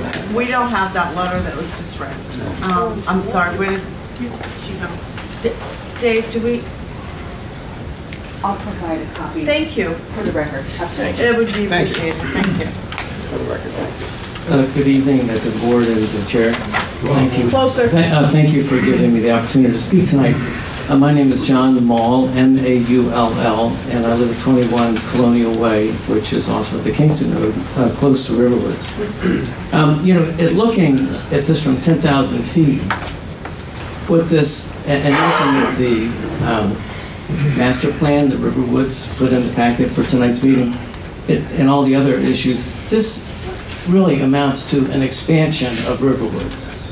It's an expansion of Riverwoods in the guise of building a healthcare center, at least to some extent. And the chair of the Riverwood board just mentioned their fiduciary responsibility to the institution. And if you look at the financial ramifications of this expansion, they're going to add 75 new units at $700,000 perhaps for each unit as people enter Riverwoods. That will amount to $52 million. If they have 115 new residents in these 75 units at $5,000 a month, just roughly speaking, that's another $6,900,000 in income to Riverwoods every year. So there is a big financial component to this proposal, actually. I just wanted to point that out because as you sort of sit back and look at all this information, that's what this turns out to be. It's a significant expansion of Riverwoods. And, if Riverwoods wanted to expand their facility within the footprint of their 200-acre campus, that would be one thing, but they're really pushing this expansion out onto a rural road. The road we all, have is known as a scenic road, actually. It's an R1 residential area, and it's just not appropriate. This is an institutional-sized building within 100 feet of the scenic road. You can, put lipstick on it with a lot of greenery and that sort of thing, but it just turns out to be a large monolithic structure in a place where it never should have been. Is particularly distressing to me as a resident of Exeter, thinking that our zoning board and planning board helps to protect the residents from inappropriate or unanticipated construction where we live, to find out that the zoning board actually hasn't ruled on the appropriateness of this facility, considering the fact that it's, so large and squeezed into a very small parcel of land. So that's distressing to me. In reading Barbara Freeman's letter, she mentions that the original approval of the Riverwoods units she uses this term, elderly congregate care facility, health care facility, but that it has to be on site to meet the zoning ordinance. And this is actually not on site. It's not on site. It's certainly not on site for the woods, where people are going to have to drive over or take a chance on using the crosswalk. And it's not really that close to the other units either, especially the boulders. So I just question whether this actually meets the zoning requirement of being an on-site nursing home. So that's all I wanted to say. I appreciate your considering all these issues. I know it's complicated. I understand that this is maybe necessary for the financial survival of Riverwoods with their expansion plans and building out their business, but it certainly is coming at the cost of the neighborhood and of a rural scenic road that I happen to live off of, and we have other people here who live there as well. Thanks for your time. Thank you. Hello, my name is Susan Valiente, and I'm a newer resident at Riverwoods at the Ridge, and I'm very happy to be there, But one thing I do want to answer to Mr. DeJardins, I believe, in a personal aspect that she mentioned in her letter after she read it, and to all of you, as to she wondered, how often do people go down to the assisted living and to skilled nursing? I'm only one person there, and there are many others who do this also. Tuesday I was down there to visit 4 people. Wednesday I was down there to visit one who I couldn't visit on Tuesday because she didn't answer her door. Tomorrow I'm going down to see 2 others, and one of the people from assisted living is coming to join us for dinner tomorrow night in the regular dining room. So I just want you to realize that although wondering about it may be one thing, living it is something very different. Thank you.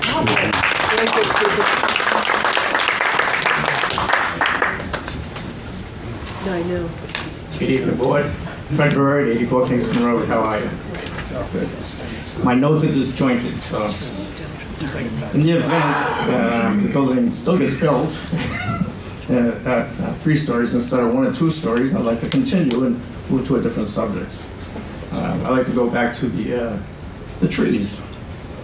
So, some of you people were at the site walk, and the pickle thing is still going to be there. So we go from there. Could we see this view from Grant's driveway, please? You guys have the view from Grant's driveway, please.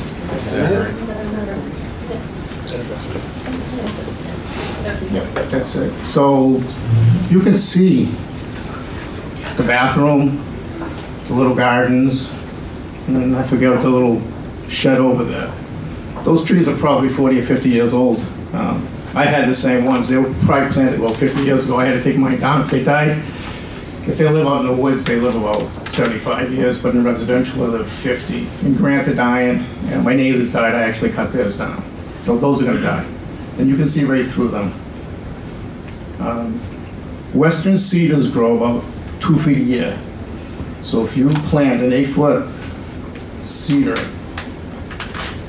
at 2 feet a year, it's going to take 13 and a half years for that tree to grow, 35 feet.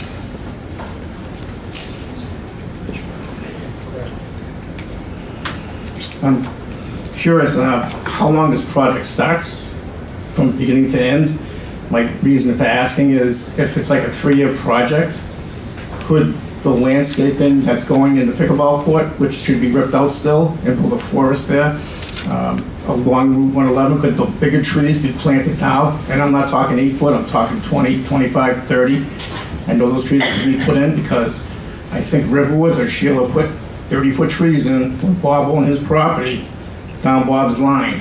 They brought a big giant machine in, they dig the tree out, and they plant it. They're established trees, and they're 25 to 30 feet tall. I'm 65 years old, so if I wait 3 years, and I have to wait 13 years, I may not even be here to see those trees grow.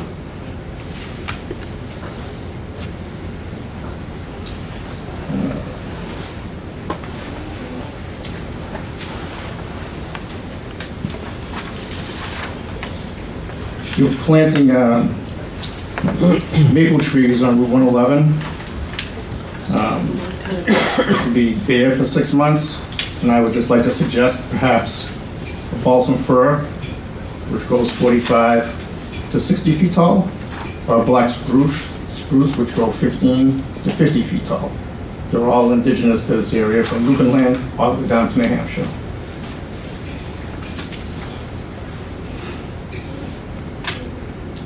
If you plant pine trees, a 14-foot pine tree, it's going to take 10 years for that to grow 13 feet. So that'll be like 27 feet tall. So maybe if you put a 2-story building in instead of a 3, it's compromise.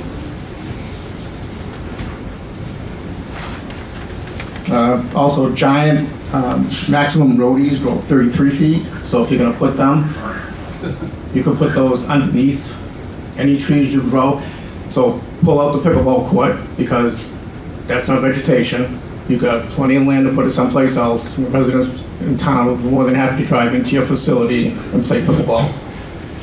You can put it in a whole row, 15 feet from these trees, and of roadie maximums, 33 feet tall. They're going to get huge.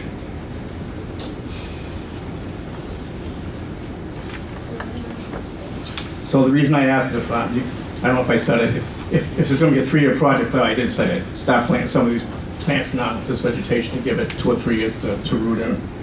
So I just wanted to change the subject there. Thank you. Thank you. Anyone else?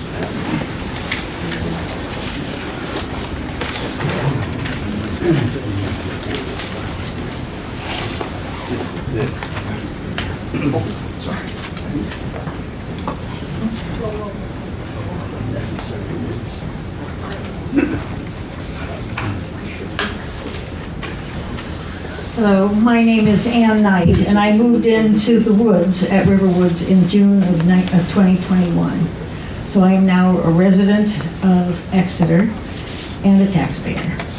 It was not long before I was asked to serve on a committee to develop a resident strategic plan. I had to learn very quickly that what River Woods was all about, what services it provided, and how well it was run. By the time my time on the strategic planning committee led me to be asked to serve on the resident council, and I am now its vice chair. By serving Riverwoods from these 2 perspectives, I have come to understand why this proposed health center is so vital to the promise of continuous care. It was never obvious to me before I came to Riverwoods how this continuous care would be provided. All I knew is that I would not be relying on my children to make sure I was taken care of before I died. Within a short while, I learned that I would not get continuous care at the Woods. Changes in Medicare requirements for health centers made the Woods building unable to provide Medicare beds. Also, the impact of COVID made hiring qualified nursing extremely difficult. Something needed to be done to provide continuous care for all Riverwoods Exeter residents. Hence this process of getting a new building on our Riverwoods property, where we can reach it by whatever means we need to.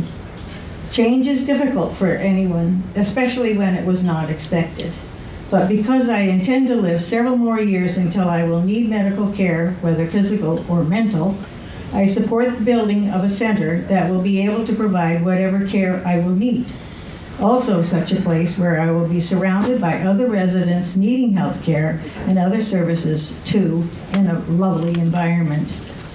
I know our architects and landscaping teams are making every possible effort to make this large building so unobtrusive as possible for our neighbors. I do enjoy biking through the surrounding neighborhoods and walking through our woods. It is especially nice when I meet neighbors enjoying the same activities, as it is open to all Exeter residents. Thank you for pushing us to make a new health center as the best as it can be within the constraints of the zoning and town plans. Many residents, managers, and staff at Riverwoods encourage you to help us move forward. Please do. Thank you. Yeah, just a minute. I have a question over here. Well, just, could someone, that's the first time I think we've gone to a couple of these meetings that I've heard the Medicare Get the mic. word. This is the first time in 2 long meetings that I've heard Medicare mentioned, and I'd like someone from Riverwoods to just talk about that, maybe their attorney, what effect that had on your decision to do what you're doing, or want to do.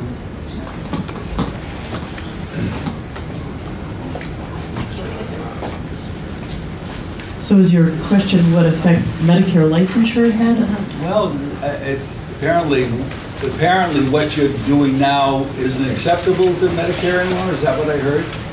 No, when, in the course of our time, we've had, it's pretty complex. Right? Medicare is just a payment system. It doesn't represent, there's no difference between how we deliver care. We can deliver care in an assisted living license, or in a nursing home license, or in a skilled nursing license. We can deliver the same care. If it's a skilled nursing license bed, it just means we can bill the government for it, and there's just a whole mass of regulations that you can imagine are getting more complex. So it really is, Medicare in itself, our Medicare licensure has no bearing on what we're trying to do here. Oh, that clarifies that. I'm just like a random citizen. I don't mean to cut you off, but no,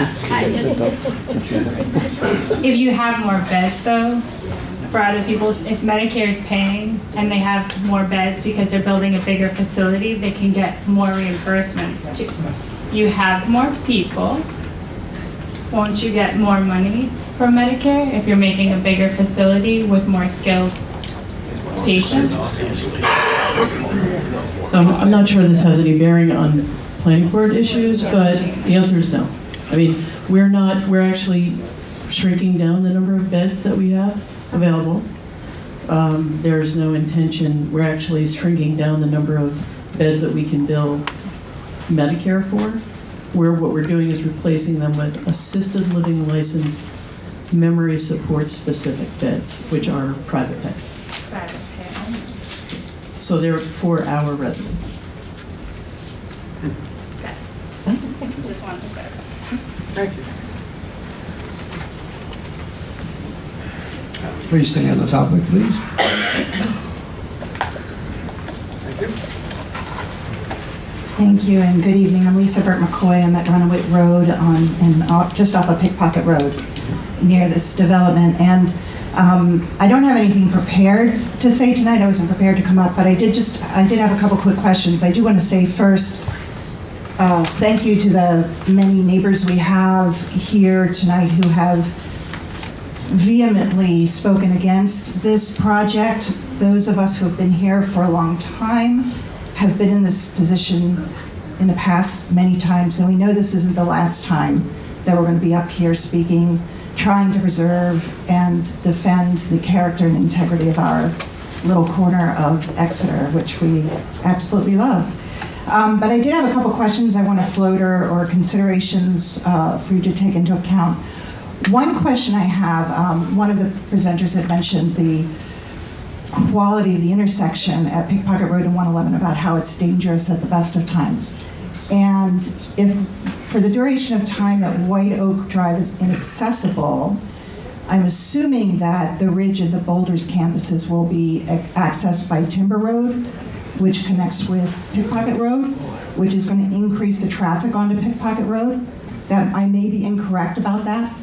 White Oak Drive will not be closed. It will not, okay, so that was one question that I had. And then another question I had pertained to drainage, because the area surrounding Riverwoods is a wetlands. It is becoming increasingly wet, marshy, Some of that is because of the seasonal rain, the increase in rains we've been having. But I wonder how much of it is due to the construction that's happening on this site and the runoff from Riverwoods into the surrounding areas. And I would just hope that in the consideration would be made about the environmental impact and the quality of the land that's being impacted by this development. Because our backyard, right now it's in the springtime, but sometimes actually through the summer and into the fall until the ground freezes is really more marsh than it is yard. And that did not used to be the case when we moved in 20 years ago. Could you ask your water soil scientist to answer that, please?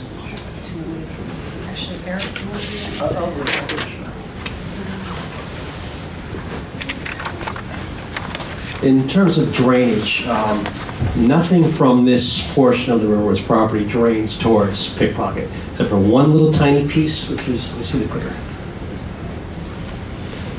A little tiny piece right here, which goes across Pickpocket and then down to the river.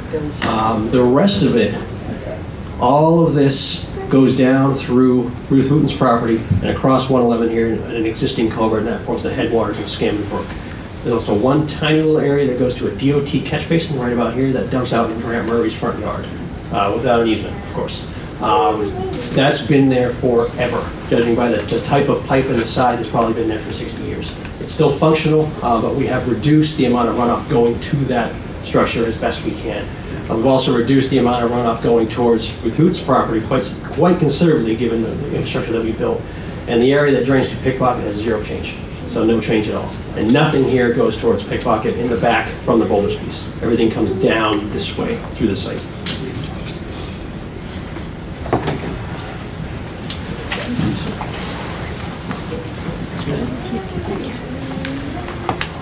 Hi, I am Ruth Hooten, and I live on 61 Kingston Road.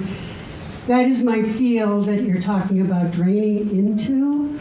That has me really, really concerned. That is very wet property. My whole property is a lot of wetland, and I've got a pond in there that I'm really concerned about because, excuse me, if you look at the land, this Riverwoods is going to be above me. This is a hill that goes down into my field. That's going to drain into there. And I'm really, really concerned about how wet that's going to be and what it's going to do to my field. And also, you're looking at 1, 2, 3, 4, and 5. That's wetland in there, very wet. In fact, there's a stream that's going to go from my pond under my driveway, and it goes under the driveway up, and then it goes across into the river next door, across the way, and then it goes into the Exeter River. So I don't see how you're going to put trees in there, because there's a stream in there, and I'm really concerned about how I'm going to get out of my driveway when there's trees blocking my view. And I've told Riverwoods that when we had a meeting, and I was really, really concerned about that. All that line of trees there, getting out of my driveway. 111 is not an easy place to get onto sometimes. So I have a lot of serious questions about what's going to happen to my land in there. Thank you.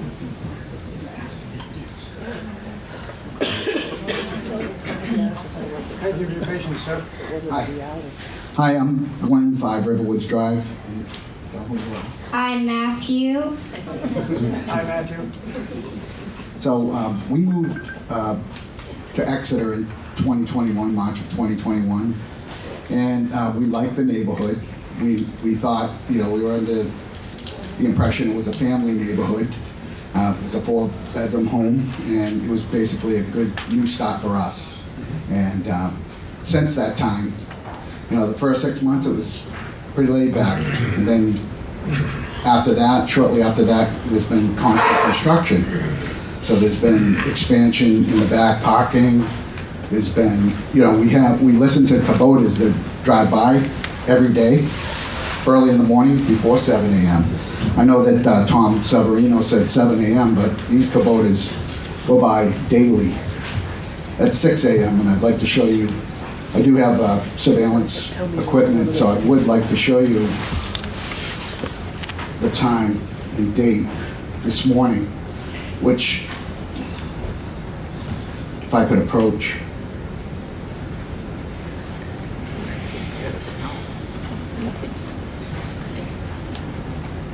So this is the Kubota here, and that's at 6 a.m. So those are going by at 6 a.m. And the other thing is, they're very loud. Yeah. I don't know that relates to this project. Well, if it's going to continue, I mean, is this going to continue? And the other thing is the lighting on Riverwoods. We're a butter of the woods, and there's a lot of lights that flash our way. I mean, is there a way that they can cut the lights down on Riverwoods Drive, because we're a butters, and on Riverwoods Drive as well. And we also feel that, you know, that this is an R1 residential. I mean, this is our home, this is our largest investment, like everyone else, all the other neighbors that are concerned about this project. This building is much too big to fit in. I mean, do you have an image of how it's going to look from Riverwoods Drive, where my property is? 5 Riverwood Drive, do you have an image, anyone, to put up to see how the building's going to look from Riverwoods Drive? Yeah. Yeah, that's it. That's way down. You can't see the building there. That's us. Oh, yeah, so that's a significant change from what we have now, looking from, you know, Riverwoods Drive, a residential home, a 4-bedroom home that was my biggest investment. This is our home. Matthew, the traffic is tremendous. 75 units more, it's going to have a lot more traffic. So this is really going to have a negative impact on our neighborhood. It's indisputable that it is. It's, you know, and how are we going to enjoy our property and play in the yard with this much traffic, emergency vehicles, constant, and heavy equipment? I mean, under construction since 21, now how long is this going to go on? I mean, it's constant construction. How do we enjoy, as a taxpayer that's worked all my life for my biggest investment, and it's a nice property that I own, how am I going to enjoy my property with all this going on constantly? And the other neighbors, how, I mean, in fact, so I think that it should be reconsidered, and I think that, I don't think that this is going to really have a good, positive impact on our neighborhood. Definitely doesn't belong in our neighborhood, and that's my concern. And I think it will, you know, devalue a lot of people's properties that live near this, because who wants a 4-bedroom home, family home, next to this? You know? Why not take that? Okay. Will Thank you you. be addressing the next issue tonight? Good question. How long is this going to go on? We close it for business at 10. We're here 2 hours. We close for business at 10. We're hearing a case right now. I just say, the balsam fir it likes wet feet, the balsam fir and the black spruce. They like wet. Yeah, I just wanted, I didn't say it had wet feet. Yes. They like wet feet. He's a trick guy. Figured that out.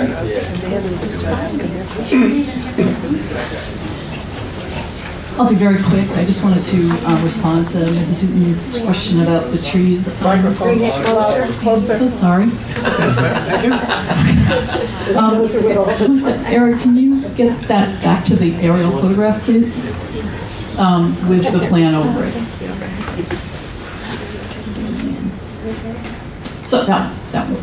So Mrs. Hooten asked about the trees that are going in on the property next to hers. And number one, those trees are 30 feet back from the edge of the road. So when she pulls back down to the end of the driveway, they will not be in her sight view. They will not impair her view of oncoming traffic. Okay. If she doesn't want to stop at the end of her driveway, that's one thing. But like all of us, if we stop at the end of the driveway, the trees are behind you. You're looking both ways. They're not in your sight. Then the other question was about them was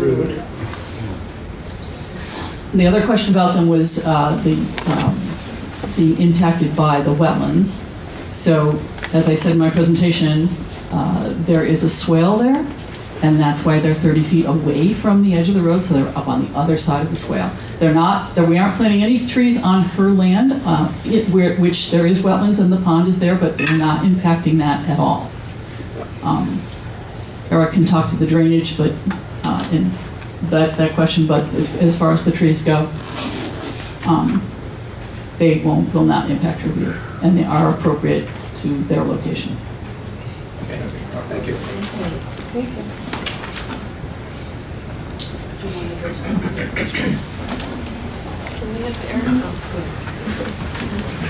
Might as well talk drainage real quick. Somebody left their phone. Ooh. You're going to want that, Fred. This is yours? It's got wet feet. Okay, drainage. As I stated earlier, the majority of the drainage does drain down through Mrs. Hooten's property here. It's an existing wetland. Takes the majority of the ridge campus down through culverts here, and it drains down to her pond, under her driveway, then across Route 111. We have, right here, bioretention pond, an underground detention pond here, and another smaller bioretention pond here. All of those not only treat runoff, but also detain them, so that everything that hits Ruth Hooten's property line, when we analyze it in two separate places, will have a decrease in peak rates of runoff. That meets the town regulation and the state regulation. And as I indicated earlier, AOT only had 4 minor comments on the AOT application, which is primarily drainage. Your town engineer also reviewed the entire application, and we've addressed all their comments as well. So in terms of drainage impact, I actually think that's probably going to be the least of the concerns. It's really the landscaping, what this thing looks like, and the lighting is what it comes down to, in my opinion.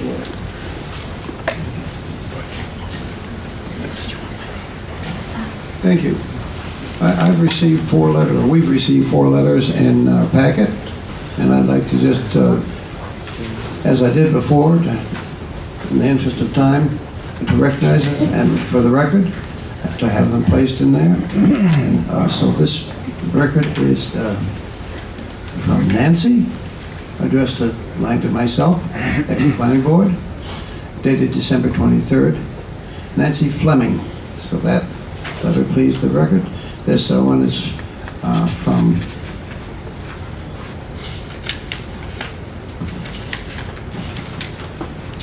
Barbara Freeman, 6 Sandstone Way, dated 13 January 2025. A third letter from David and Ann W. Kelly at 4 Timberlane Road. And 6 here's another one from 6 Sandstone Road. That's way from Barbara Freeman also. So those are in the record. I think those are all we came in, Dave. We didn't have any other that came in since. No, thank you. That takes care of those.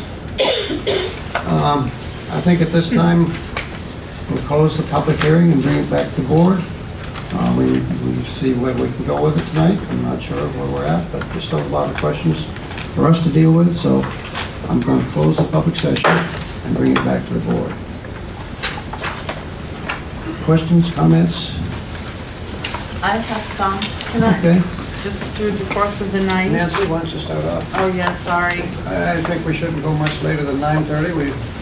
We do have another case to hear this evening, so... So we will start, okay, thank you. So I'll try to be as brief as possible then. There was a question asked about the planting, but I don't think it was answered.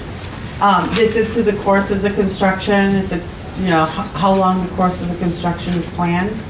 When would the plantings happen?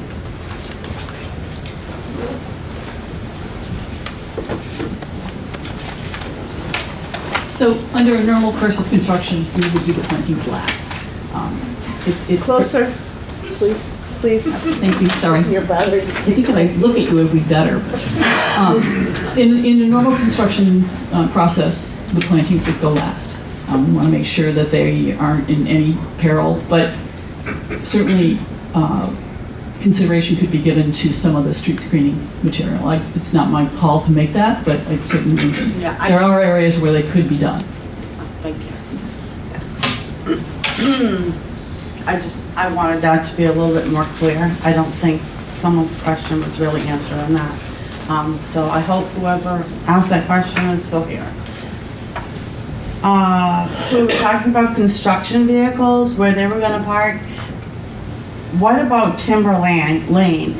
Are residents gonna be directed to keep them away from the construction area?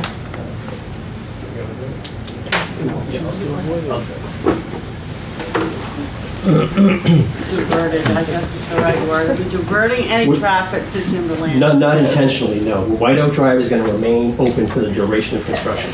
So nobody has to go that way. They may choose to, but we're not going to force anybody to go any other way than they are now.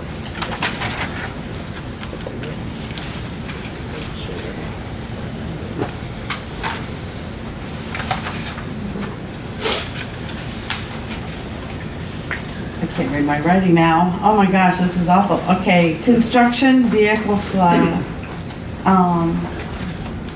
I just wrote between each phase, and I don't know what I was out, what my intention was, and it's getting late, so let me just check to make sure.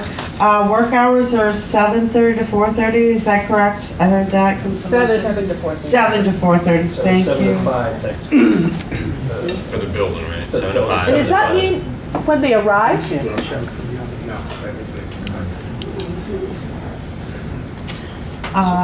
The other thing I wondered about, and I don't know if that's in the planning board purview, is police detail with construction. Vehicles going in and out on 111, on that corner.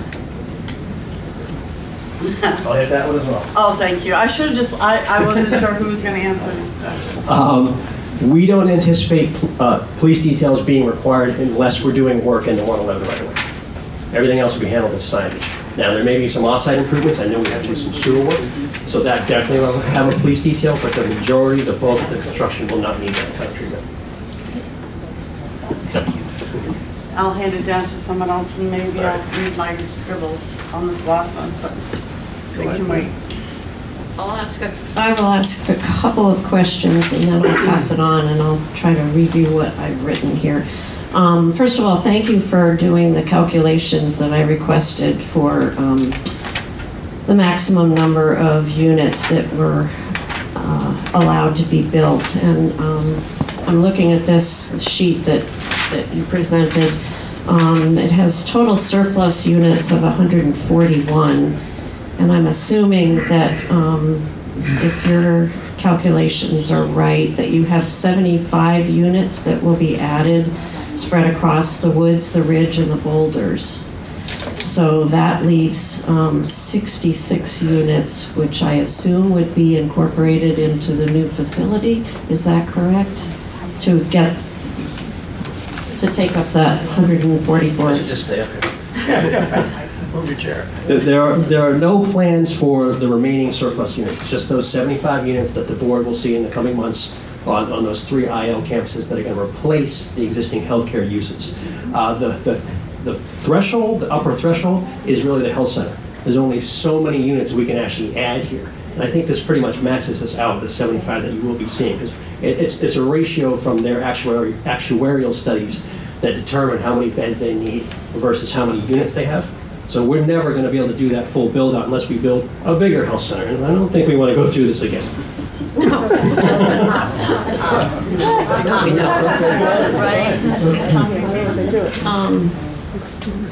I think that answers the question. Okay, I'll leave it at that for the moment. And when I requested information about Riverwood's master plan, you did, and I appreciate that you and Sue DeJardin wrote a letter answering some of the questions that I had. But I think I was looking for, you did a lot of, you did talk about internal renovations that you were planning. I think what I was really looking for in recognizing that you've purchased quite a few properties that have acreage available, I guess I was looking, I'm not guessing, I was looking for more specificity as to exactly what is happening with those, like Dr. Went's property on Pickpocket Road, the other property you have that's not adjoining your current land. on 111. So, I mean, I'm a little confused as to why those properties were purchased unless it's to allow you greater density. So the original plan when we purchased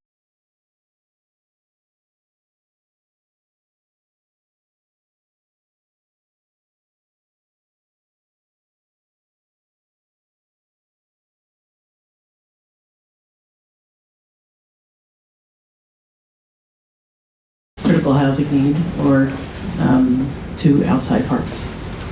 So there is no plan to use them, to join them to add additional independent living units. There's no plan to use them for our office space. That question was asked earlier. The folks who are in that office serve Riverwoods Exeter, Riverwoods Manchester, Riverwoods Durham. Our plan is to rent office space outside of land we own. So maybe in Exeter, but it won't be on this property. Thank you. Does anyone else have questions? Oh, actually, come back to me.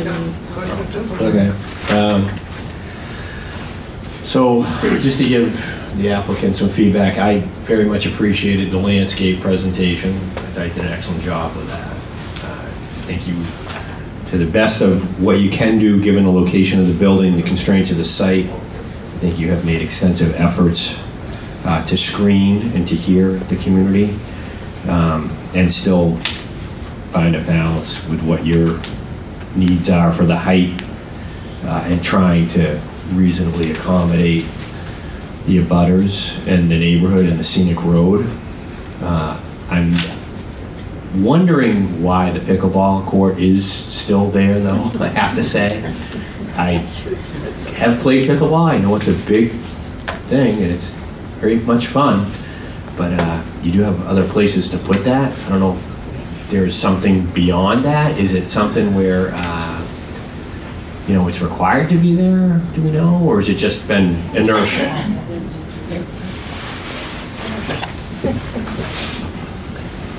Tradition. Yeah. So the pickleball court was part of the initial. Sir. At least I'm not hitting the off buttons, so that's good. The pickleball court came about during the initial planning process of the park. It was added right for the building permit, and the building permit was granted for it. We heard you. We heard that get rid of that pickleball court, and Eric and I looked all over campus for an appropriate place to put that, and we can't find one. There are spots, but they're in either spots where there should be parking or spots where they're too close to residences, and I totally understand everyone's concern about the residents surrounding us, but residents in the neighborhood. I just said I understand that. In terms of distance from units, we don't have the space to move it. Get rid of it. But you want the noise next door to your new facility? That was a discussion we had. Yes, I mean, it is a thing. It's definitely going to be a thing. But it is an asset to both Riverwoods residents and Exeter residents. And there are the people who use it have talked to us. People don't use it to live in my neighborhood. And maybe you should have that Exeter in the town. Please, thank you. One person at a time. We hear you, and we have looked. Yeah. Thank you. How you feeling today? Good. A little testy, sorry. It's kindling. But I do sincerely, you did a great job with the landscaping. I got to tell you, I think that's as good a presentation as I've seen, and I've been on this board for a little while. Jen may not agree or agree. I don't know. She's our resident expert, but You're just up to the bar, though. yeah, I know. I just want to make that comment for now. There's obviously much more to talk about. Well, someone beat me to the line here, but it does seem strange that you're keeping the courts for the pickleball. In that there's not enough, there's no other place in the whole community you could put them. Because it would look a lot better if there was a bunch of trees there. I think that'd make a lot of people happy instead of pickleball. And maybe the people who are going to be in a bed inside listening to it, you know, hoping they, you know, trying to get a nap.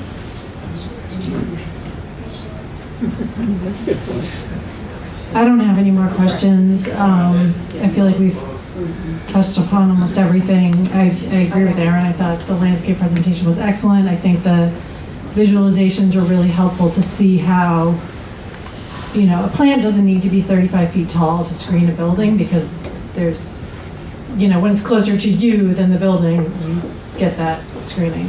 And I think that the visualizations really helped to see that. I would like to ask that our packet include the level of detail that was presented tonight, not necessarily the visualizations, but I think you had a catted up black and white plan. I find this one hard to read. Yeah, okay.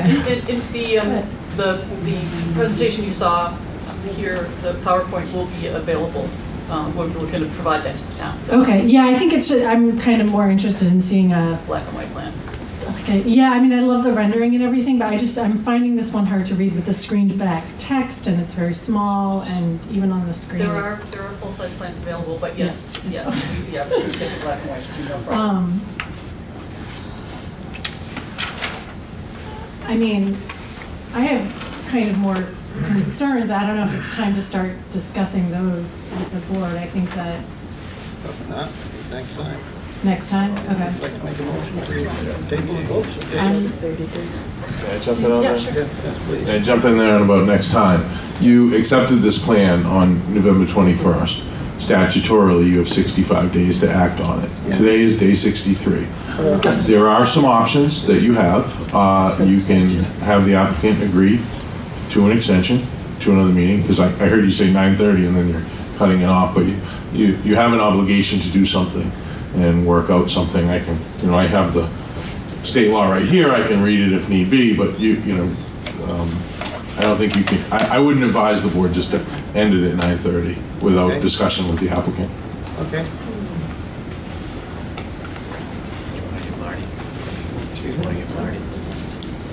Oh, yes. Sorry. Yeah, just a couple of thoughts. One, I thought you did a good job with the screen. But back on the pickleball court, just to be clear, I understand you can't relocate it. Why can't you eliminate it? Yes, you can't. I guess. Why won't you? Yeah, I mean, the question is, why can't we eliminate it? We could, but we have many residents who use it, and there are other residents of Exeter who use it. So we view it as an amenity for our residents and the town. I would rather I think what we're trying to do is screen it so that the sound gets screened a little bit more with some of the plantings. I'd rather us try to come up with a way to do that than eliminate it, because people do use it and they enjoy it, and that's, you know, part of their daily life. There's lots of time for Active landscape. So, in the interest of time and sound judgment, the board needs a little more time to deal with this, and I would suggest that we continue this at our next meeting.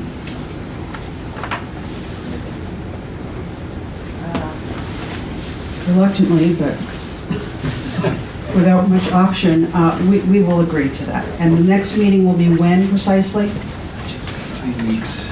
February 13th. February what? I believe February 13th. Let me look. Yes. That mean we don't have anything scheduled. We have no application scheduled for that night. So, well, you'd be first anyway, but still, we have nothing. So it would be just this.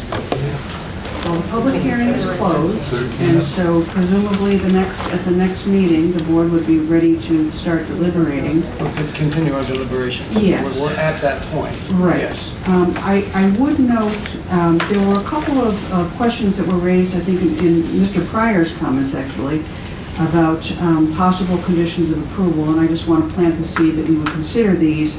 One was there was a question asked about whether we agree to appropriate maintenance and replacement of plant materials, and the answer is yes.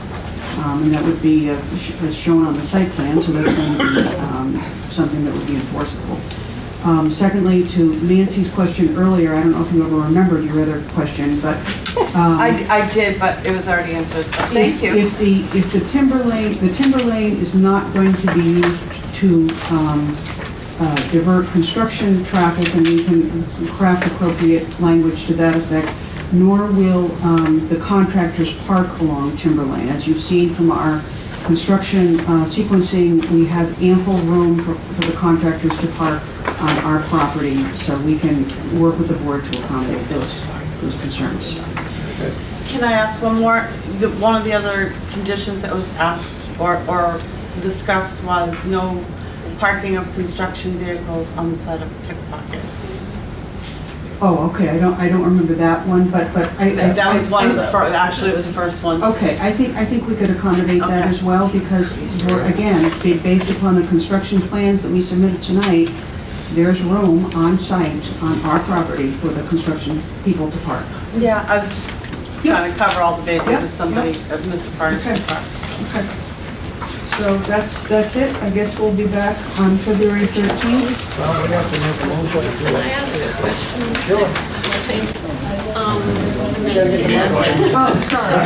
Sure.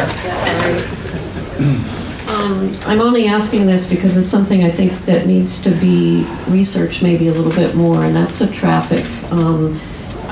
I looked in the traffic study for information that was really narrowing down to the number of vehicles and people crossing going from the original woods over to the healthcare center.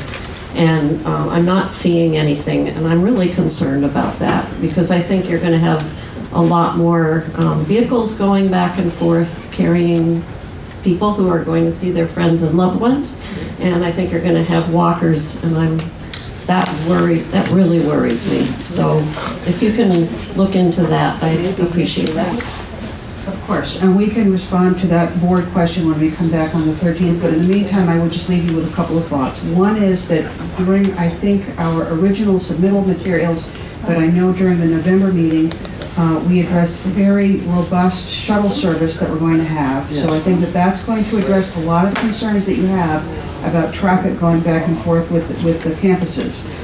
And secondly, I think that Bob Bollinger can help out with the research that you just asked about, and we can respond to that more fully. Okay, that's great.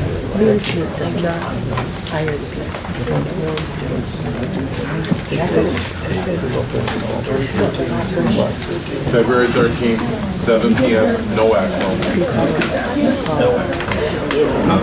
I'm going to make a motion to continue this hearing, this case, to February 13th, 2025 at 7 p.m. at the NOAC room. Second. Second. First vote, those in favor? Nays? Motion carries. Thank you very much. Thank you. Nice to meet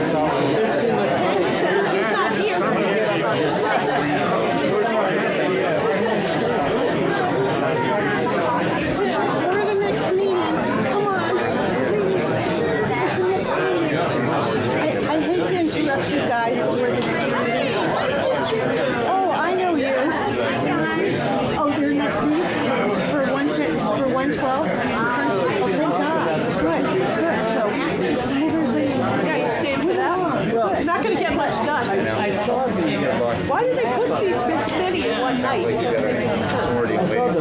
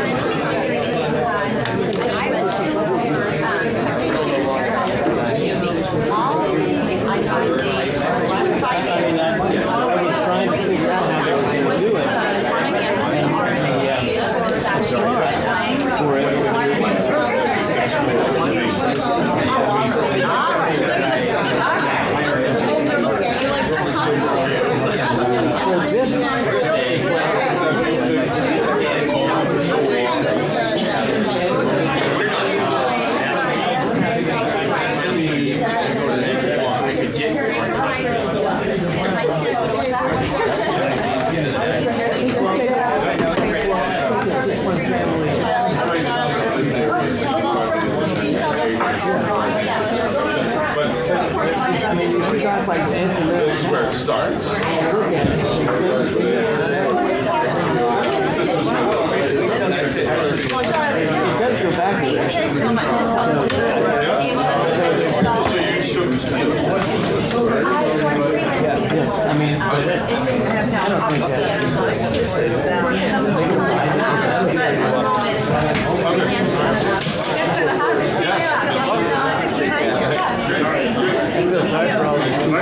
I saw you on the select board meeting. And then I saw you here. I figured that was it. Yes. I'll go behind you. I don't care. Appreciate it. The cemetery's over here. All right, let's go. This is Front Street. I'm actually kind of about to hear about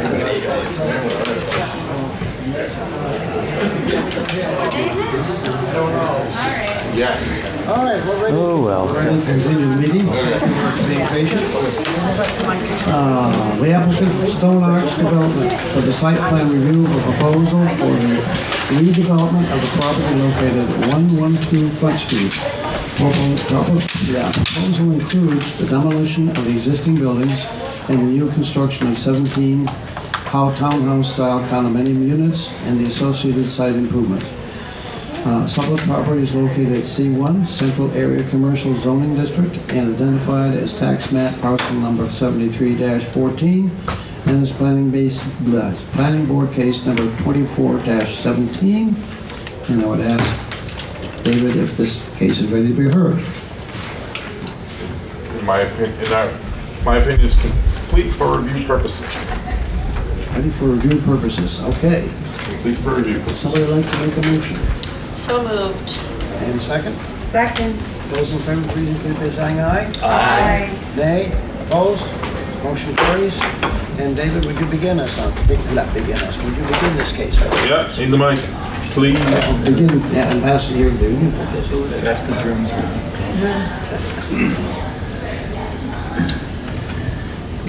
As you stated, the applicant has submitted a multifamily site plan review application for the proposed redevelopment of the property located at 112 Front Street. The developer is proposing to demolish the existing buildings on the site and construct 17 townhouse-style residential condominiums and associated site improvements. The property is located in the C1 Central Area Commercial Zoning District and is identified as tax map parcel 7314. Included in your packet is your application plans and supporting documents dated December 10th, 2024. The technical review committee was conducted on January 9th, 25, and a copy of the UEI comment letter dated January 10th, 25 is enclosed in your packets. TRC comments were included in the UEI. UEI caught all the comments.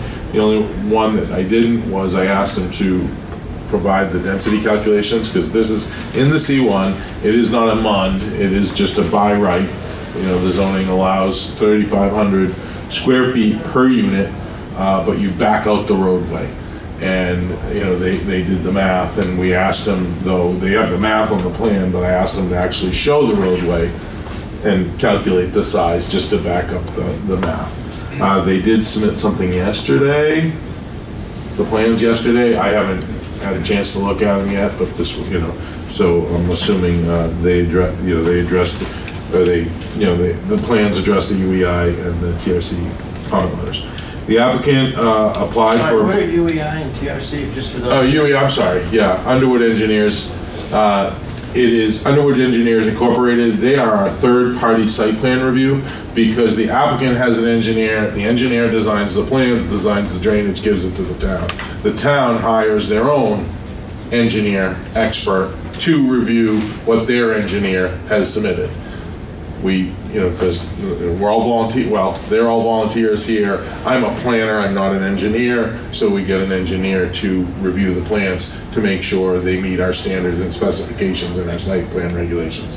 The TRC is the technical review committee. It's made up of staff. It's myself, it's the building inspector, it's the fire department, the police department, the conservation commission, not the conservation commission, the Conservation and Sustainability Planner, Kristen Murphy, and we meet with the applicant to go just to discuss and look at the technical details of the application to ensure it's complete for review purposes for the planning board.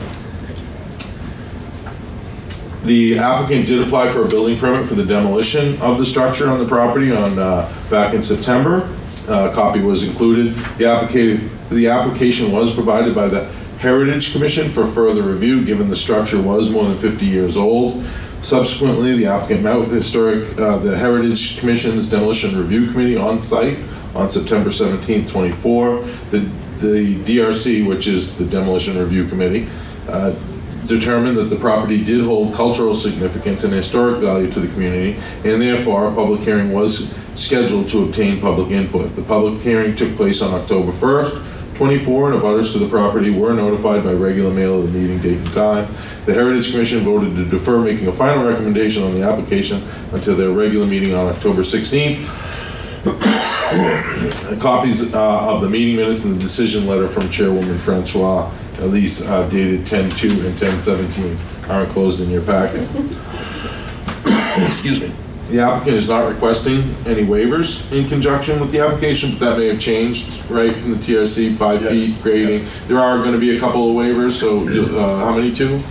Yeah, there's going to be a couple of waivers, but those, I'm sure those were included in the packet that was dropped off yesterday that you will see in your packets at the next meeting.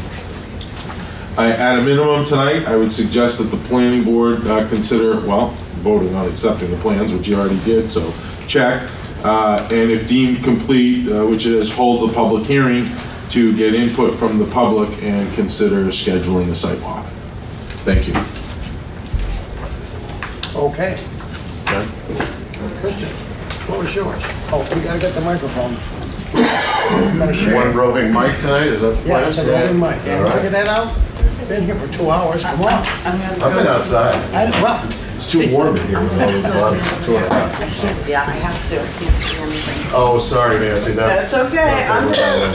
Jen, can I sit by you? I'm gonna go stand against the wall. Want to see? No, I'm actually good to stand. Thank you. All right, so thank you, ladies and gentlemen of the board. My name is Christian Smith, engineer with Beals Associates, representing the applicant and owner, which is Stone Arch Development. John O'Neill from Stone Arch Development is here, along with Sam McCarker to represent the project. And first of all, I just wanted to give you, a look at the existing conditions. This is the main house that was the subject of the Heritage Committee meetings and discussions. This is a barn that's on site, the existing driveway, which you'll see in a moment that we held that location, and that is the trigger for one of the waivers, the 5 feet grading within 5 feet of a property line. We had done a bunch of Gove Environmental had done a bunch of test pits out here for the drainage system to figure out, what the permeability of the rates of the soils were, what the soils were. Obviously, we don't need septic systems here. We're on city water, city sewer, and gas service out of the street as well. That said, I will flip to, unless there's any questions, I'll flip to the proposal. What, I have... Yep, you have a question? We're not open to the public yet. Oh, okay. What page is that, Christian? What page is that? That is 5, Gwen. but I think I'm going to go to the one that depicts the drainage. And you'll notice because of the late date, we got pushed off a week on TRC because of the holiday. And then we just got confirmation on Friday that all of the comments were in the Underwood letter. That's why that submittal didn't get done until yesterday. However, we've addressed all the comments in their memo. And what differs on this plan compared to the one that I'm assuming you're looking at is one of the comments that Underwood came up with was they wanted to this first sewer manhole location, that portion of the pavement to be conventional pavement. All the other pavement proposed, all of the walkways are going to be pervious so that they will allow stormwater to infiltrate. We have also designed an infiltration pond at this location. And at this location, those are essentially just very shallow and allow stormwater to collect and bleed into the groundwater as it would in the current condition. Other things to note, we've got 4 units. Of those buildings, there are 3, and then there is 1 5-unit building at this location. We have gone through with Share and Lighting and had a full lighting design done. We took a shot at some screening plantings proposed. I know that Mr. O'Neill has other things he will absolutely intend to do there. I just don't think we have the clarity yet from the board to be able to finalize those items. And largely that is it. I mean, we're talking about these 4 buildings. All pervious pavement, the walkways, the small patios are all made out of pervious pavers. And, we'll utilize services from the city sewer, the water, and the gas main that are in Front Street as we speak. I don't think I need to reiterate much else. Dave mentioned we've got 2 rather, I think, de minimis waivers requested. There was no zoning relief required for this project. I think David mentioned that as well. It is by right, and we look forward to hearing what you have to say, what the abutters have to say, and then getting a response to our response from Underwood and staff. With that, I'll turn it over to the board.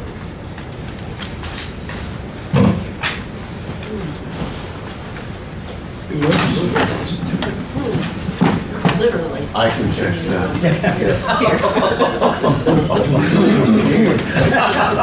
See what happens when you start this late? Right, I was going to say, it's just getting so late that anything is now to happen, right?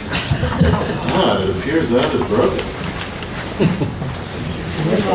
It's sabotage. That's funny. You want to put up 17 townhouses? I'm not building it. Just for clarity. Okay. Any questions from the board to start off with? We did submit as well some architectural plans as well as renderings, and I thought I would give one of those. This was intended to depict the front building. That's still crooked. He's just I'm just trying to get it level. Can you folks hear him all right? Yes. Yeah. So this is a depiction from Front Street. You can see this would be the edge of the existing drive and the proposed drive in the architect's rendering. So you're not. Any questions the board has? Before we go to the public.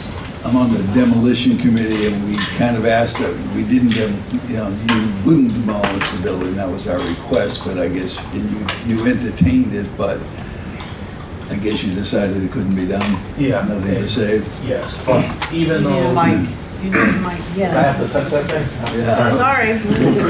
Part of the problem. Yeah, so Share light. after going through it, we decided that it is going to come down, and even though it's not in the historic district, we still worked with the Heritage Committee, showed them the plans, You were there, and we took the federal that's I walked here. the building. Yeah, and we took the federal style home that's next to the academy, and we're putting that there. That will not be vinyl siding. There'll be real red brick chimneys, red brick walkways, granite steps, and we feel that it'll be a very nice building because that's what you're going to see from the street. So there's been a lot of thought put into it. Yeah, just looking at the plans without seeing that picture until a minute ago, I was really disappointed, because not only is it, you've got the back of the house to the road, right? No, that's the front of it right there. The back, the garage will be behind that. Okay. That's what you'll see from Front That's what you'll see from Front Street, I get Right that. there, yeah, but it's at least a decent looking building. yes, and it's, like I said, real red brick, real granite, real siding. It's gonna be a quality product. And just for, the demolition committee can ask that it doesn't get torn down, but we don't have any clout to say you can't do it, so it's up to the owner. So, so the other buildings then, where the garages are on the driveway, the front is facing the... Yeah, so what we did was we put a lot of thought into this in regards to the layout and how to keep it with the least impact of the abutters. And this is the Gill Street, I believe there's 8 properties here on this side, the same length of this property line on ours. If you look at your map, the one up front is the condos, the beige one that you see. So you will see this, one building, the front, and then the driveway, we kept it here. This will be the green space, and this will be the back of the buildings facing the next street over. So when the cars come in, they'll be turning into the garage. So it's backyard to backyard, and then this will be the front of this building will be facing the backyard of the street next door. So there will be no headlights coming in. These will be coming straight in, and this was the green space. We thought it was the best way to kind of lay it out with the least impact. You might want to use that one so people can like see what you're talking about. Yeah, you want to put that up, Christian, the next, do we want to do it? Do you want to do the color overhead aerial? Yeah, sure. So the electronic. I just need to stand. They brought their own computer. All right. Run through it again.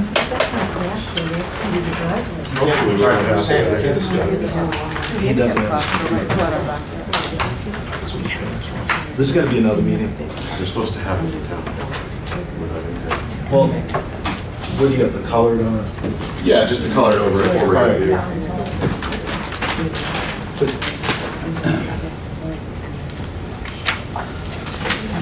Poor man who blames his tools, Mr. Smith. Yeah, well, sometimes it has to happen that way.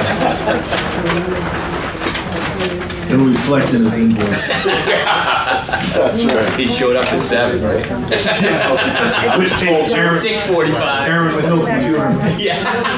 But it's okay. Meter's running.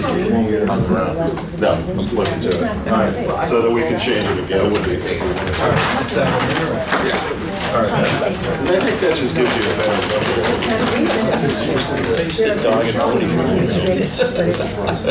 What did we devolve into? I think Bobby's got you beat tonight, Mr. Smith.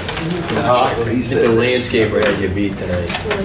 Well, they always do. Her presentation. Yeah, we don't use the same softwares then. We actually have to design stuff that gets built. All right, so here is, I'll step aside, because Adele, I know you want to see it. So here's, in front of you? absolutely, come on up here. So here's the building that we just showed you that's going to be the front. Here's the garages in the back. And this piece that I showed you earlier will be the front. So when you come in, the cars will turn into here. Hold on a minute. I'm spun So around. your front street's on- Here's the front street here. Here's the driveway coming in. All right. This is Gill Street on this side here. Here's front, and then here's the other side street. So we kept the driveway where it is, so that when you come in, they park back here, come down, they'll pull into here, and there's a little spaces in between. And then what we've done is this is facing the cemetery, so the garages are pulling in facing the garage, and there'll be like a built-in porch above each garage as well that'll be screened. And then all the walkways here will be all red brick pervious, and then all the asphalt will be pervious. So, Go can ahead. you explain the balconies? It's gonna be built into the structure. It'll be flush. There's not gonna be Kind a of block and everything. I'm sorry. No, it's all right. Can you back up again and go back to What specific? The balconies, the driveways, the cemetery side? Where is it, Christian? Yep. Right there.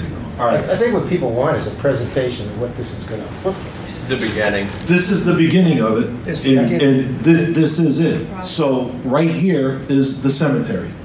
This all right here is Gill Street, and there's 8 properties aligning this, all coming up. Your backyards, if you're on Gill Street, are coming right here. This one here has like a giant, I don't know, it's like a play set or something. Then there's a couple more that have garages, and then you go further down. And then on the end right up here is where the condos are. So you'll come in, you'll have these units up front, these 2 buildings, and then this one in the back. And this is the back of the building, so the front of these buildings here will be facing the backyard of the properties that are on here that have some pretty deep backyards.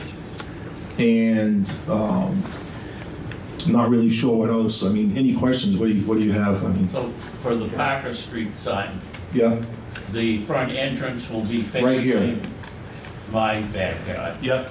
You're gonna have brick walkways and a front door, and all the people coming in will be coming in through here. And what kind of screening? There's some screening here, and John's there. You want to talk about the screening? Yeah. That's John's piece. You mean fencing or? Yeah, we're gonna fence the entire property, and just so you know, it's gonna be a high-level product. This one? Yeah, you gotta close to it. Yeah, just get it close to your face. Okay. Can you hear me now? Yeah. That's good. Yeah, so this is gonna be all a wood-sided building. They're 24 by 40. Within the bottom level, the access on Front Street is gonna be an access that won't really be used. It's more for look. People will come in, the 2-car garage in the back, and on the first floor, besides the garage, this is the lower level, they'll have a bedroom and they'll have a bathroom. You're gonna go up a set of stairs to the first floor. Within that first floor, you're gonna have a living room, dining room, study, an enclosed deck on that first floor. So in the back of this right here, you'll have an enclosed deck. You're gonna have enclosed decks here as well. They're 9 by 12 enclosed. This is more for the function right here. This is the good look. So this is all gonna be very attractive looking in here, but they really don't get used. We did a project like this next to Rishi Lumber, K Street. I don't know if you're familiar with Portsmouth at all, but we did a project in K Street in Portsmouth, the same exact situation. They look beautiful, but nobody uses them. But it has to look good, so it has to look dramatic and look nice, and that's gonna look nice. We also thought it was important to, these people have some high quality Sir? homes. These people Sir? have, yep. Would you mind standing back and using Yeah. the pointer so we Yep. could all see that? The pointer work? Thank you. Yeah, just a little button. Okay. Yeah, so what happens here is we're gonna landscape this whole thing. Everything we do is high-level landscaping. Christian's idea was, let Jen have a go at this, to be quite honest with you. Because we really care about landscaping. I did a project in Exeter called Wild Apple off of Cameron Lane. So if you drive into Wild Apple on Cameron Lane, you're gonna see that we came in, we had a stone wall, we had all sorts of trees. We landscaped it very heavily. We even had a well over there in that particular case so we could continue water. But you're gonna see sod in here, you're gonna see high-level landscaping, and they're gonna be really high-quality units. The third floor, getting back to the third floor, there are 3 bedrooms on the third floor with a master bedroom and a bath. So these are basically 4-bathroom houses. They're really high level. So we're really trying to make a real high level product. We think it's an extraordinary location. It's a walk to downtown, it's a walk to Phillips, and we think it extends the downtown a little bit further. I think it's a very high quality piece of property, and that's why we want to do a very high level job. We thought it was important to make the walkways out here and make this look presentable. So there'll be a fence out here, and it'll be supplemented with shrubbery. There'll be fences everywhere. The entire thing will be fenced, whether it be 6 foot, 8 foot, whatever makes people happy, but it's not gonna be vinyl. Everything out there will be a cedar type of fence, and it's gonna be wood sided. We want to do a high level product for Exeter. I'm right on that very corner there where the driveway is. No, right in the corner there, so when they, you gotta find them. Yeah. So when that, can I go up to the? Absolutely. Yeah. Go ahead. So, I'm right here. Mhm. And what are you going to do to protect my property so I won't be disturbed by the traffic and the cars that are going to be coming through? Because that's concerning. Yeah, we'll have And then I know it turns and then we have beautiful green spaces. And Jen will tell you, there's opportunities, we've done it before, with very tall trees that are very thin. So we have the ability to landscape that as well as fencing, even in a small area. So I don't want to see the cars. Well, basically. Yeah. and we can do an 8-foot fence there, if the city would like that, we can also do shrubbery out there. So there's an opportunity to shield the whole thing. My goal is to shield Right, the entire is to site. shield that so that there's privacy for myself and there's privacy when people come into your units there. Absolutely. It's going to look like a little haven. You're going to see the front entrance, and nobody's going to see the balance of it. So you'll see this right here, and unless you lived here, you wouldn't even know this existed. We're going to heavily landscape this. We're going to landscape that. This whole area will be heavily landscaped. You know, it's small money to make a difference. Landscaping is very, very important to us. And just to address the landscaping, I was able to get the plant that you have. And you had Japanese yews. We have. Oh, sure. Excuse me, ma'am. I'm No, it's not a problem, it's just they record this, and try to take minutes. They want to keep people. So you can talk, ma'am. No. But you need the mic. You guys have I do it right now. Okay, all right, John, give me that. No. Kind of getting. I've not opened Hi. public So, I was just going to ask if that was the case. We have That's not all. opened the public session yet. I just want to have that finished with our presentation. Towards the public. So, anybody else from the board have any other questions? Other than on the sidewalk, I need to visualize this. Okay. You tell us. All right. Any Gwen, questions? anybody? Anybody have any questions on the board? So you talk fences and... You need Mike. Can we use that I'm microphone? sorry. Yeah. Sure. Stay right here. Right here for you. So you talked about fencing the property, wood fences, walkways in the front of the buildings, which no one will see. Parking, lots of light, maybe too much light. Every unit has a light by the garage. Yeah, right. That's something they turn on? Mounted lights. Yeah, something they turn on individually, or they gotta come on automatically? They're motion sensors. So, I mean, they're not gonna come on unless somebody triggers it. And if no one's out there at night, there's no light on. Correct, and you can see there, the foot candles are down to zero at the property line. How about on this side? Because that's the way some of the light would be coming. Yeah, Yes, the light might same. come across here. Yep, look, if you look at those lumen numbers, they're all at zero at the property boundary. And one dumpster. Actually, in this iteration, the dumpster has been removed, and that is because they're gonna have private collection, so they will just have, a recycling bin and a trash bin in their garages. And there will be a vehicle that comes in once a week and picks those up, so they'll basically put them at their quote-unquote curbs, and that will get picked up and carted out. Why do we do that? Just a preference, owner's preference. It's a lot more sanitary. We don't believe in dumpsters. We like the private toters. We think it's a lot more sanitary. Fewer skunks and raccoons and, yeah. Any other questions down there? Just a quick thing before we open the public. We want to hear what the public has tonight. We're running short on time. I'm kind of spoiled to have, usually we have a site plan, a specific site plan, and it'll show, well, you're not having dumpsters, so that's not an issue, but snow storage, that type of thing. Yep. So I don't... Snow storage is depicted on the pavement parking. Is it on the parking plan? Yep. Okay. Which I think So is I feel like I'm sheet kind of 5. looking from one plan to the other to try to find, I don't know.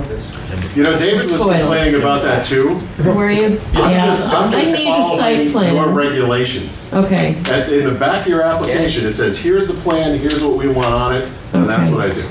Okay. I'd love to have a site plan. I will make you a presentation plan for our next hearing after the You're the site. best, thank you. Okay, now let me open to the public. We'll take maybe another 15 minutes, and then we need to all go home and go to bed. How tall are these?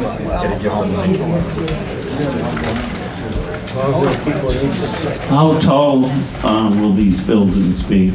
Just shy of 35 feet, correct, John? Yeah. So for the record, can you just say your name? Oh, Roy Morissette, Parker Street. Who? You're a wise guy. Hey everyone, my name is Lisa Masqua. I was at the historical meeting as well and discussed the paring down of the building. And Sam, I really appreciate that you listened to the feedback we had at that meeting and have created a plan with emphasis on the historical value, bringing that in, extending the beautiful downtown Phillips Exeter vibe that is coming in and cutting a line before it turns into the rest of it. However, as a resident on Gill Street, one of the 8 houses on Gill Street that abuts this entire property, again, the 8 houses on Gill Street that abut that entire property, my concern is the impact of 17 units, families, in that same footprint, in that same landmass, what it's going to have on the sewer that you were mentioning coming from the city, what impact it's going to have on the traffic coming in, and how exactly that's possible to build 17 units in a footprint that abuts 8 homes on Gill Street, which are decent-sized homes. However, they're not mansions.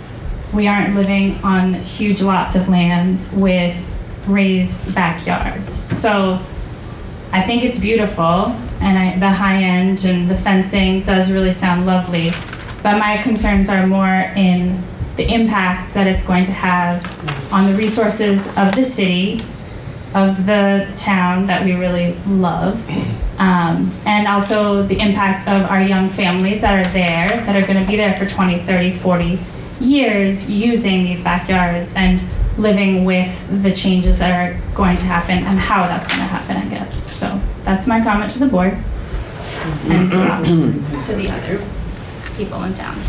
Thank you.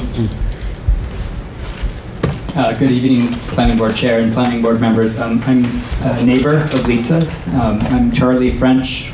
I live at 9 Gill Street, which is close to, it's about here.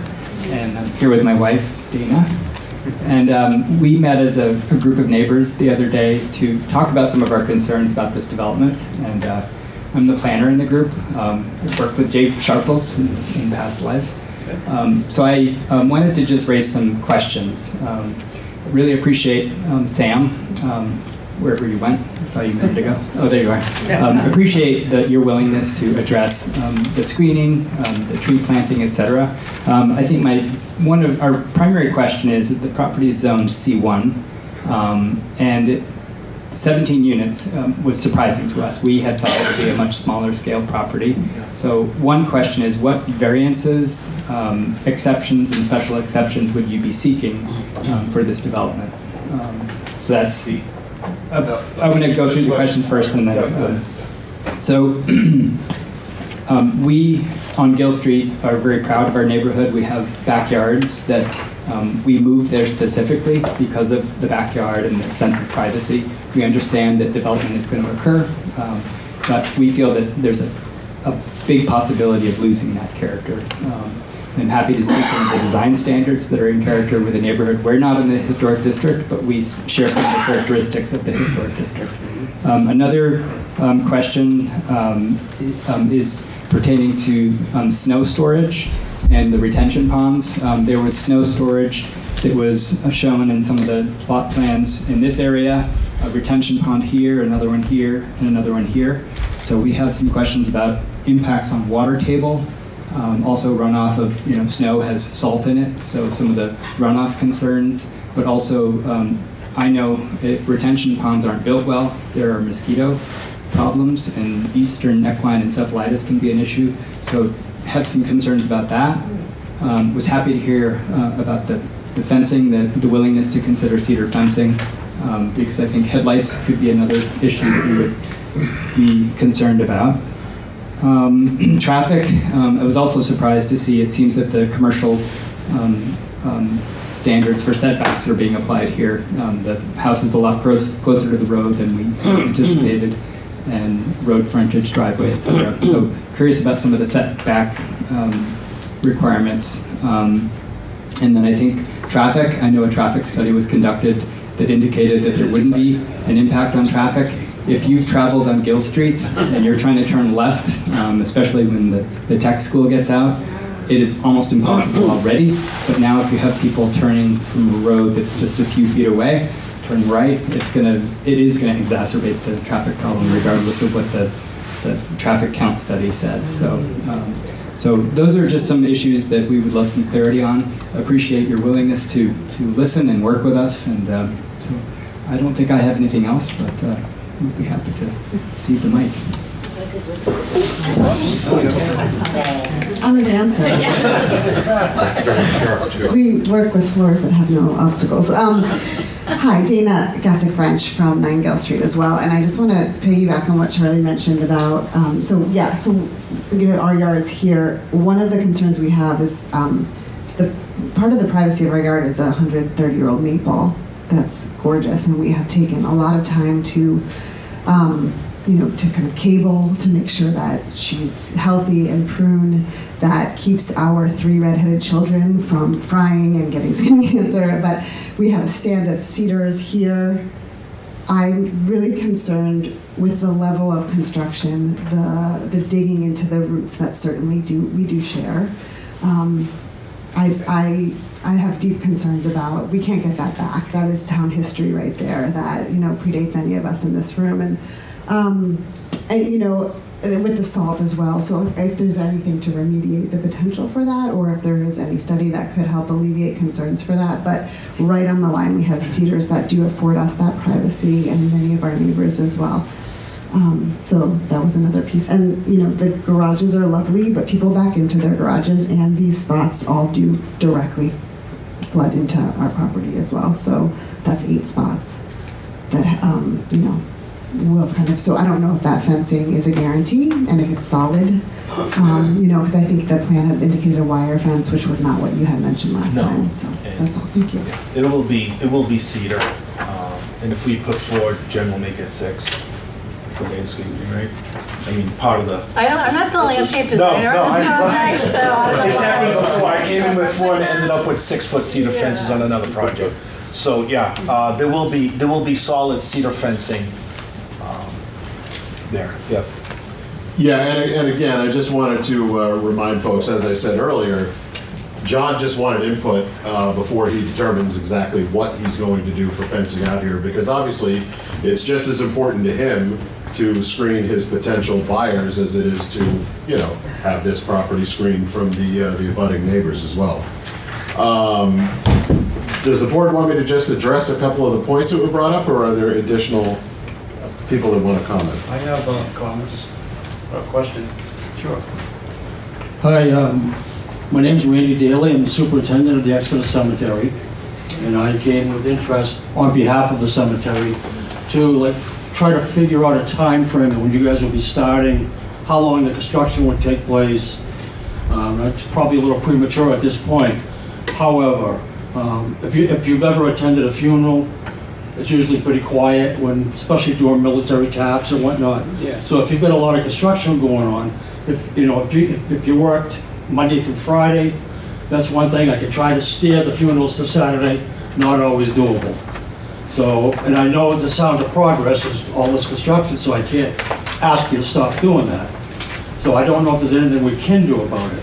But anyway, I just wanted to make that, to somebody's point that sometimes a funeral, especially the cemetery is 20 acres. So sometimes a close proximity to where this property is going to be or the construction will be. I don't know what to do about that, other than, hopefully the fence, and that'll get up early enough, that will try to, silence it somewhat. Thank you. Yeah, Mr. Chairman, I think I'll go backwards from the last comment back to the first. Sure. Specific to the funerals, John, during construction, if this gentleman was able to get a hold of you, you could. 24/7. That's the way I understand it. Just get a hold of John directly, because he's going to have oversight of the entire construction schedule and progress. I'm certain if there's going to be a funeral there for 2 hours, he can get the guys to knock off. Half hour normally. Well, whatever it takes. Yeah, I'm certain John will have no problem accommodating. Coffee break. Send over some coffee. Yeah, there you go. So how long construction takes place, that I don't know if we have a good handle on, John, do you? This is going to be a one-year project, person. Yeah. 12 months, okay. And that would be complete occupied buildings, you're out of there. Okay, then we'll go to the specific tree off property. There's not a great deal in the way of grading going on, certainly not within the setback to the Gill Street properties at that location. Yes, there's a pond there, but typically if the canopy of that tree does not overhang the excavation, the roots would likely not be damaged to the point that it should be an issue. The traffic evaluation was done by TEPP traffic engineers. If anybody's got any serious questions about that, we can certainly have their senior traffic engineer who did the report and did the counts and stuff out on Front Street, have him in at the next meeting. That would not be problematic. Specific to the ponds and the mosquitoes, as I mentioned, with all the pervious pavers and pavement that is proposed with this project, essentially those ponds are going to be safety valves by and large. They will see some stormwater, but those are essentially just to really ensure that the stormwater that hits any new impervious surface or potentially impervious surface on this property stays on this property and gets infiltrated into the ground. As far as ponding goes, as I mentioned earlier, these are infiltration ponds. These are not detention ponds. There should be no standing water in there after 72 hours after a storm event. And we're designing by Exeter regulations to the 50-year storm, which is 8.33 inches of rain, I believe. So that is a big rainstorm that we don't get, and that's in 24 hours that we don't get often. Variances, as mentioned, there were no special exceptions or variances requested. We requested a waiver to the site plan regulations to reduce the 24-foot wide drive aisle coming in. And again, as I mentioned, we requested a waiver to grade within 5 feet of the abutting property line because we wanted to hold the existing driveway as our access because it has excellent sight distance, as I think was demonstrated or mentioned at least in the traffic report. As far as impacts on water and sewer, we met, DPW is part of the technical review committee, and there is adequate capacity in both the sewer system and the water system to serve this property as proposed without any comment from them to that end. With that, I will turn it back over to the board. Oh, why did you not interrupt me? You sounded so good.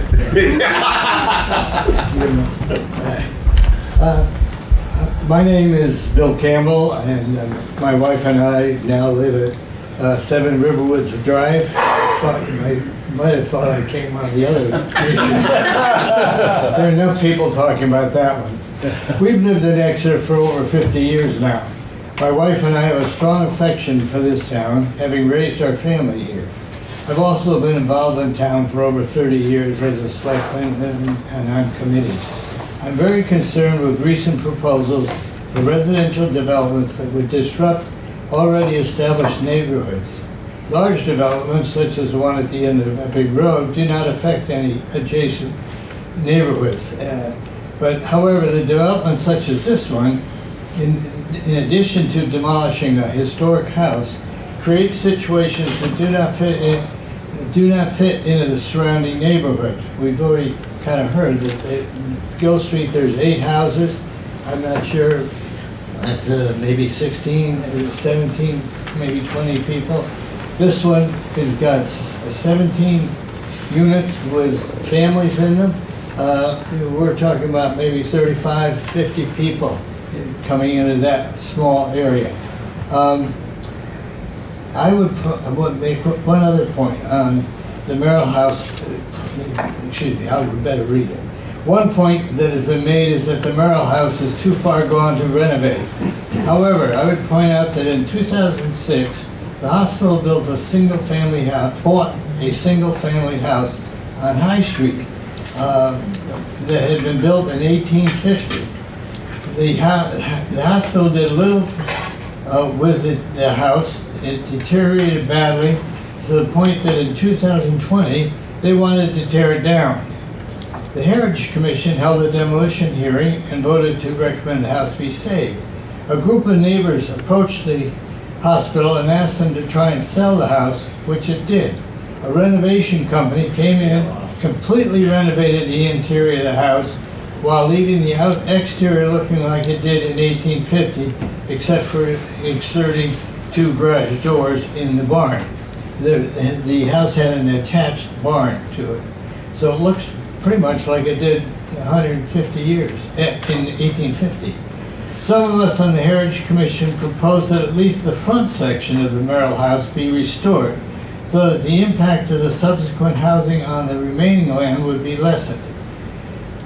For the town to have 17 townhouses on, I think it's about 1.8 acres, seems quite excessive.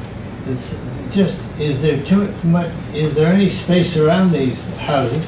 And they're 35 feet tall. If you know the Merrill House now, it's kind of overgrown and it's kind of hidden. But it certainly looks like it fits into Exeter's space.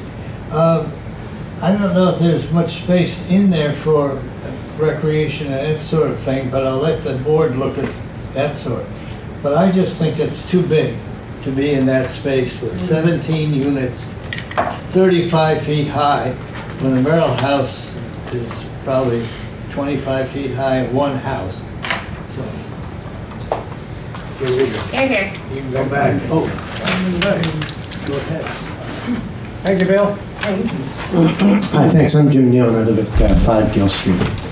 Just piling on a bit on what the previous speaker said. I think a lot of us are unclear about the process that involves the demolition committee. Many of us attended that meeting in October. And if I understand correctly, the committee recommended against tearing down the house, but what weight does the recommendation of the committee have? Apparently not much. I'd like a real answer. None. None. It's the recommendation. So I guess for another time, you could ask the question, what's the purpose of having the committee and having public hearings? Talk to the attorneys and lawyers and put that one together. Hey again, my name's Lisa. I guess this is a quick question. Just looking at the planning board's website briefly and going through, you mentioned that as far as C1 building and regulations, like the Schedule 2 density and dimensional regulations is residential. C1 isn't listed there. So the minimums for non-residential under Schedule 3 is where C1 is listed, and the numbers don't really add up from what I'm looking at. So I'm just wondering, again, how the 17 units are going up and how there aren't any variances or special exceptions, as I learned in the previous meeting as well, are being permitted or being allowed to the planning board. Just out of curiosity. So that's the planning board. Is that a question to ask you, sir? or- We should just have I'd suggest just having the public hearing. Yeah, that's all. And then taking all the questions instead of back and forth. Okay, yeah, I don't know, I've never been, so you guys tell me, just, that's all what, I guess what I'm asking, so, that's my comment, thank you. Just done this once before. The hour is getting late. Fantastic, you tell me what I need to do? And we need to continue this meeting. Typically, what we might do is set a sidewalk. If the board feels ready for that. Yes. You gotta use the mic if you're taking it back.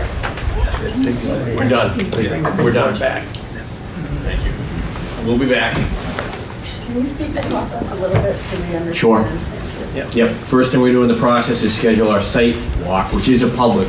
Public meeting. Public is welcome to that.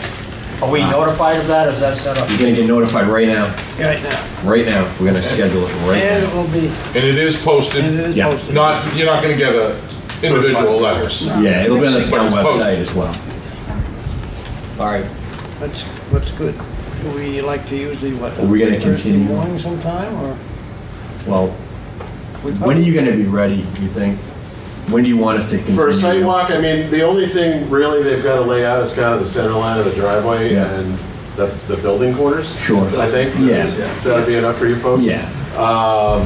I would assume, Aaron, if you give us a week to contact the surveyors and get that dealt with. A week. Okay. Yeah. So I'm gone the last week of the month of February. Oh, February. February, yeah. I'm gone in February, so end of February, last week of February. We'll get it done before that. Do we got to do it That's that? what Can't I'm, do it without you. well, you're gonna be doing another one without me, that's for sure. Where are those tickets up to? What do you want to do Thursday? Well, usually we'll do it a Thursday morning sometimes of the When we're having the a meeting hearing. anyway? meeting, Of and the hearing, right? So are we thinking the 13th? So the we 13th? could do it the We're gonna try to 13th, and continue for then, the because we'll 13th. probably continue this case on the 13th. 13th, yeah. I'm good with that. When's the That next works for planning you? board meeting? Sure. That'd be the It's second the one. 13th. 13th of February. So, do it. 6th, can we do it February 6th? You wanna do it the week before or the same day? You wanna do it ahead of time? No, let's do it the 6th, because we might have MPO on the Okay. POC on the 13th. February 6th, then. Might have one. What's that look like? Master plan oversight. Thank you. Well, we don't He's got know all what kinds of these jargon. acronyms are, so no idea. What time? We're scheduling it. Hold on, we're getting there. We're talking about February 6th. At 9. We need to, how does that work for everybody? 8 o'clock. Can you do it? Works for John, it sounds like? Works? 8 o'clock. 8 o'clock? 8 o'clock. February 6th at 8 a.m. Yep, Where are you meeting? at the 112? site, it'll be at the Yeah. site. And we'll have a plow out, so you can 112 Front guys Street. in there. 112 Front Street. Is there a good place to park? We're gonna have a plow. Oh, yes. Is there enough? They're parking 8 a.m. to 3 p.m. By 8 o'clock, I got plenty of parking at the cemetery. they're inside. So we'll meet at the property. The applicant will be there. Probably Mr. Smith will probably be there, maybe. I will be there. Yeah. So you can ask questions, you can ask questions then. It's not the same as this hearing. There was a question about process. It's not the same as this hearing. It's a public site walk, but it is a chance for us to see kind of your properties, the sight lines of the property, for you to listen to the applicant and what they can share about, where buildings are gonna go, kind of feel the density a little bit as you walk the site. I have found it's somewhat enlightening. Certainly to us it is, you live there, so it's not as enlightening for you. Yeah. And then in terms of process, probably what will happen, the next hearing, I would assume, is the chair will open it to the public again, or Mr. Smith may start with his next, Make his full formal presentation. yeah, his next evolution of his presentation. And I think we're gonna continue this, so you need a motion to continue? Yeah. Yeah? Want me to make a motion for you? Sure. I'll make a motion to continue this hearing Good job. to February 13th at 7 p.m., and I think we'll be at the NOAC room. Is that the same night as Riverwoods? No, yeah. Yes, it is. And I'll second. It will be second again. I'll Well, we second. should have been third tonight. That's correct. Right. Which we never. No, that one's, No, you wouldn't have. that one's going We to the advised the 27th. applicant of that. That's going to the 27th. They're trying to get it going. What's that? We have a motion and a second on the floor right now. Then do that. Yeah. Do that first. Thank you. All right, a motion to continue, and the second. The dates and the sidewalk have been set, so those in favor, please indicate by saying aye. Okay. We're still. Now, Dave has something to say. No, not anymore. Not anymore. You closed it. Okay. Okay. Well, thanks for staying up for us, guys. Yeah. So are you looking for a motion to adjourn, Mr. Chair?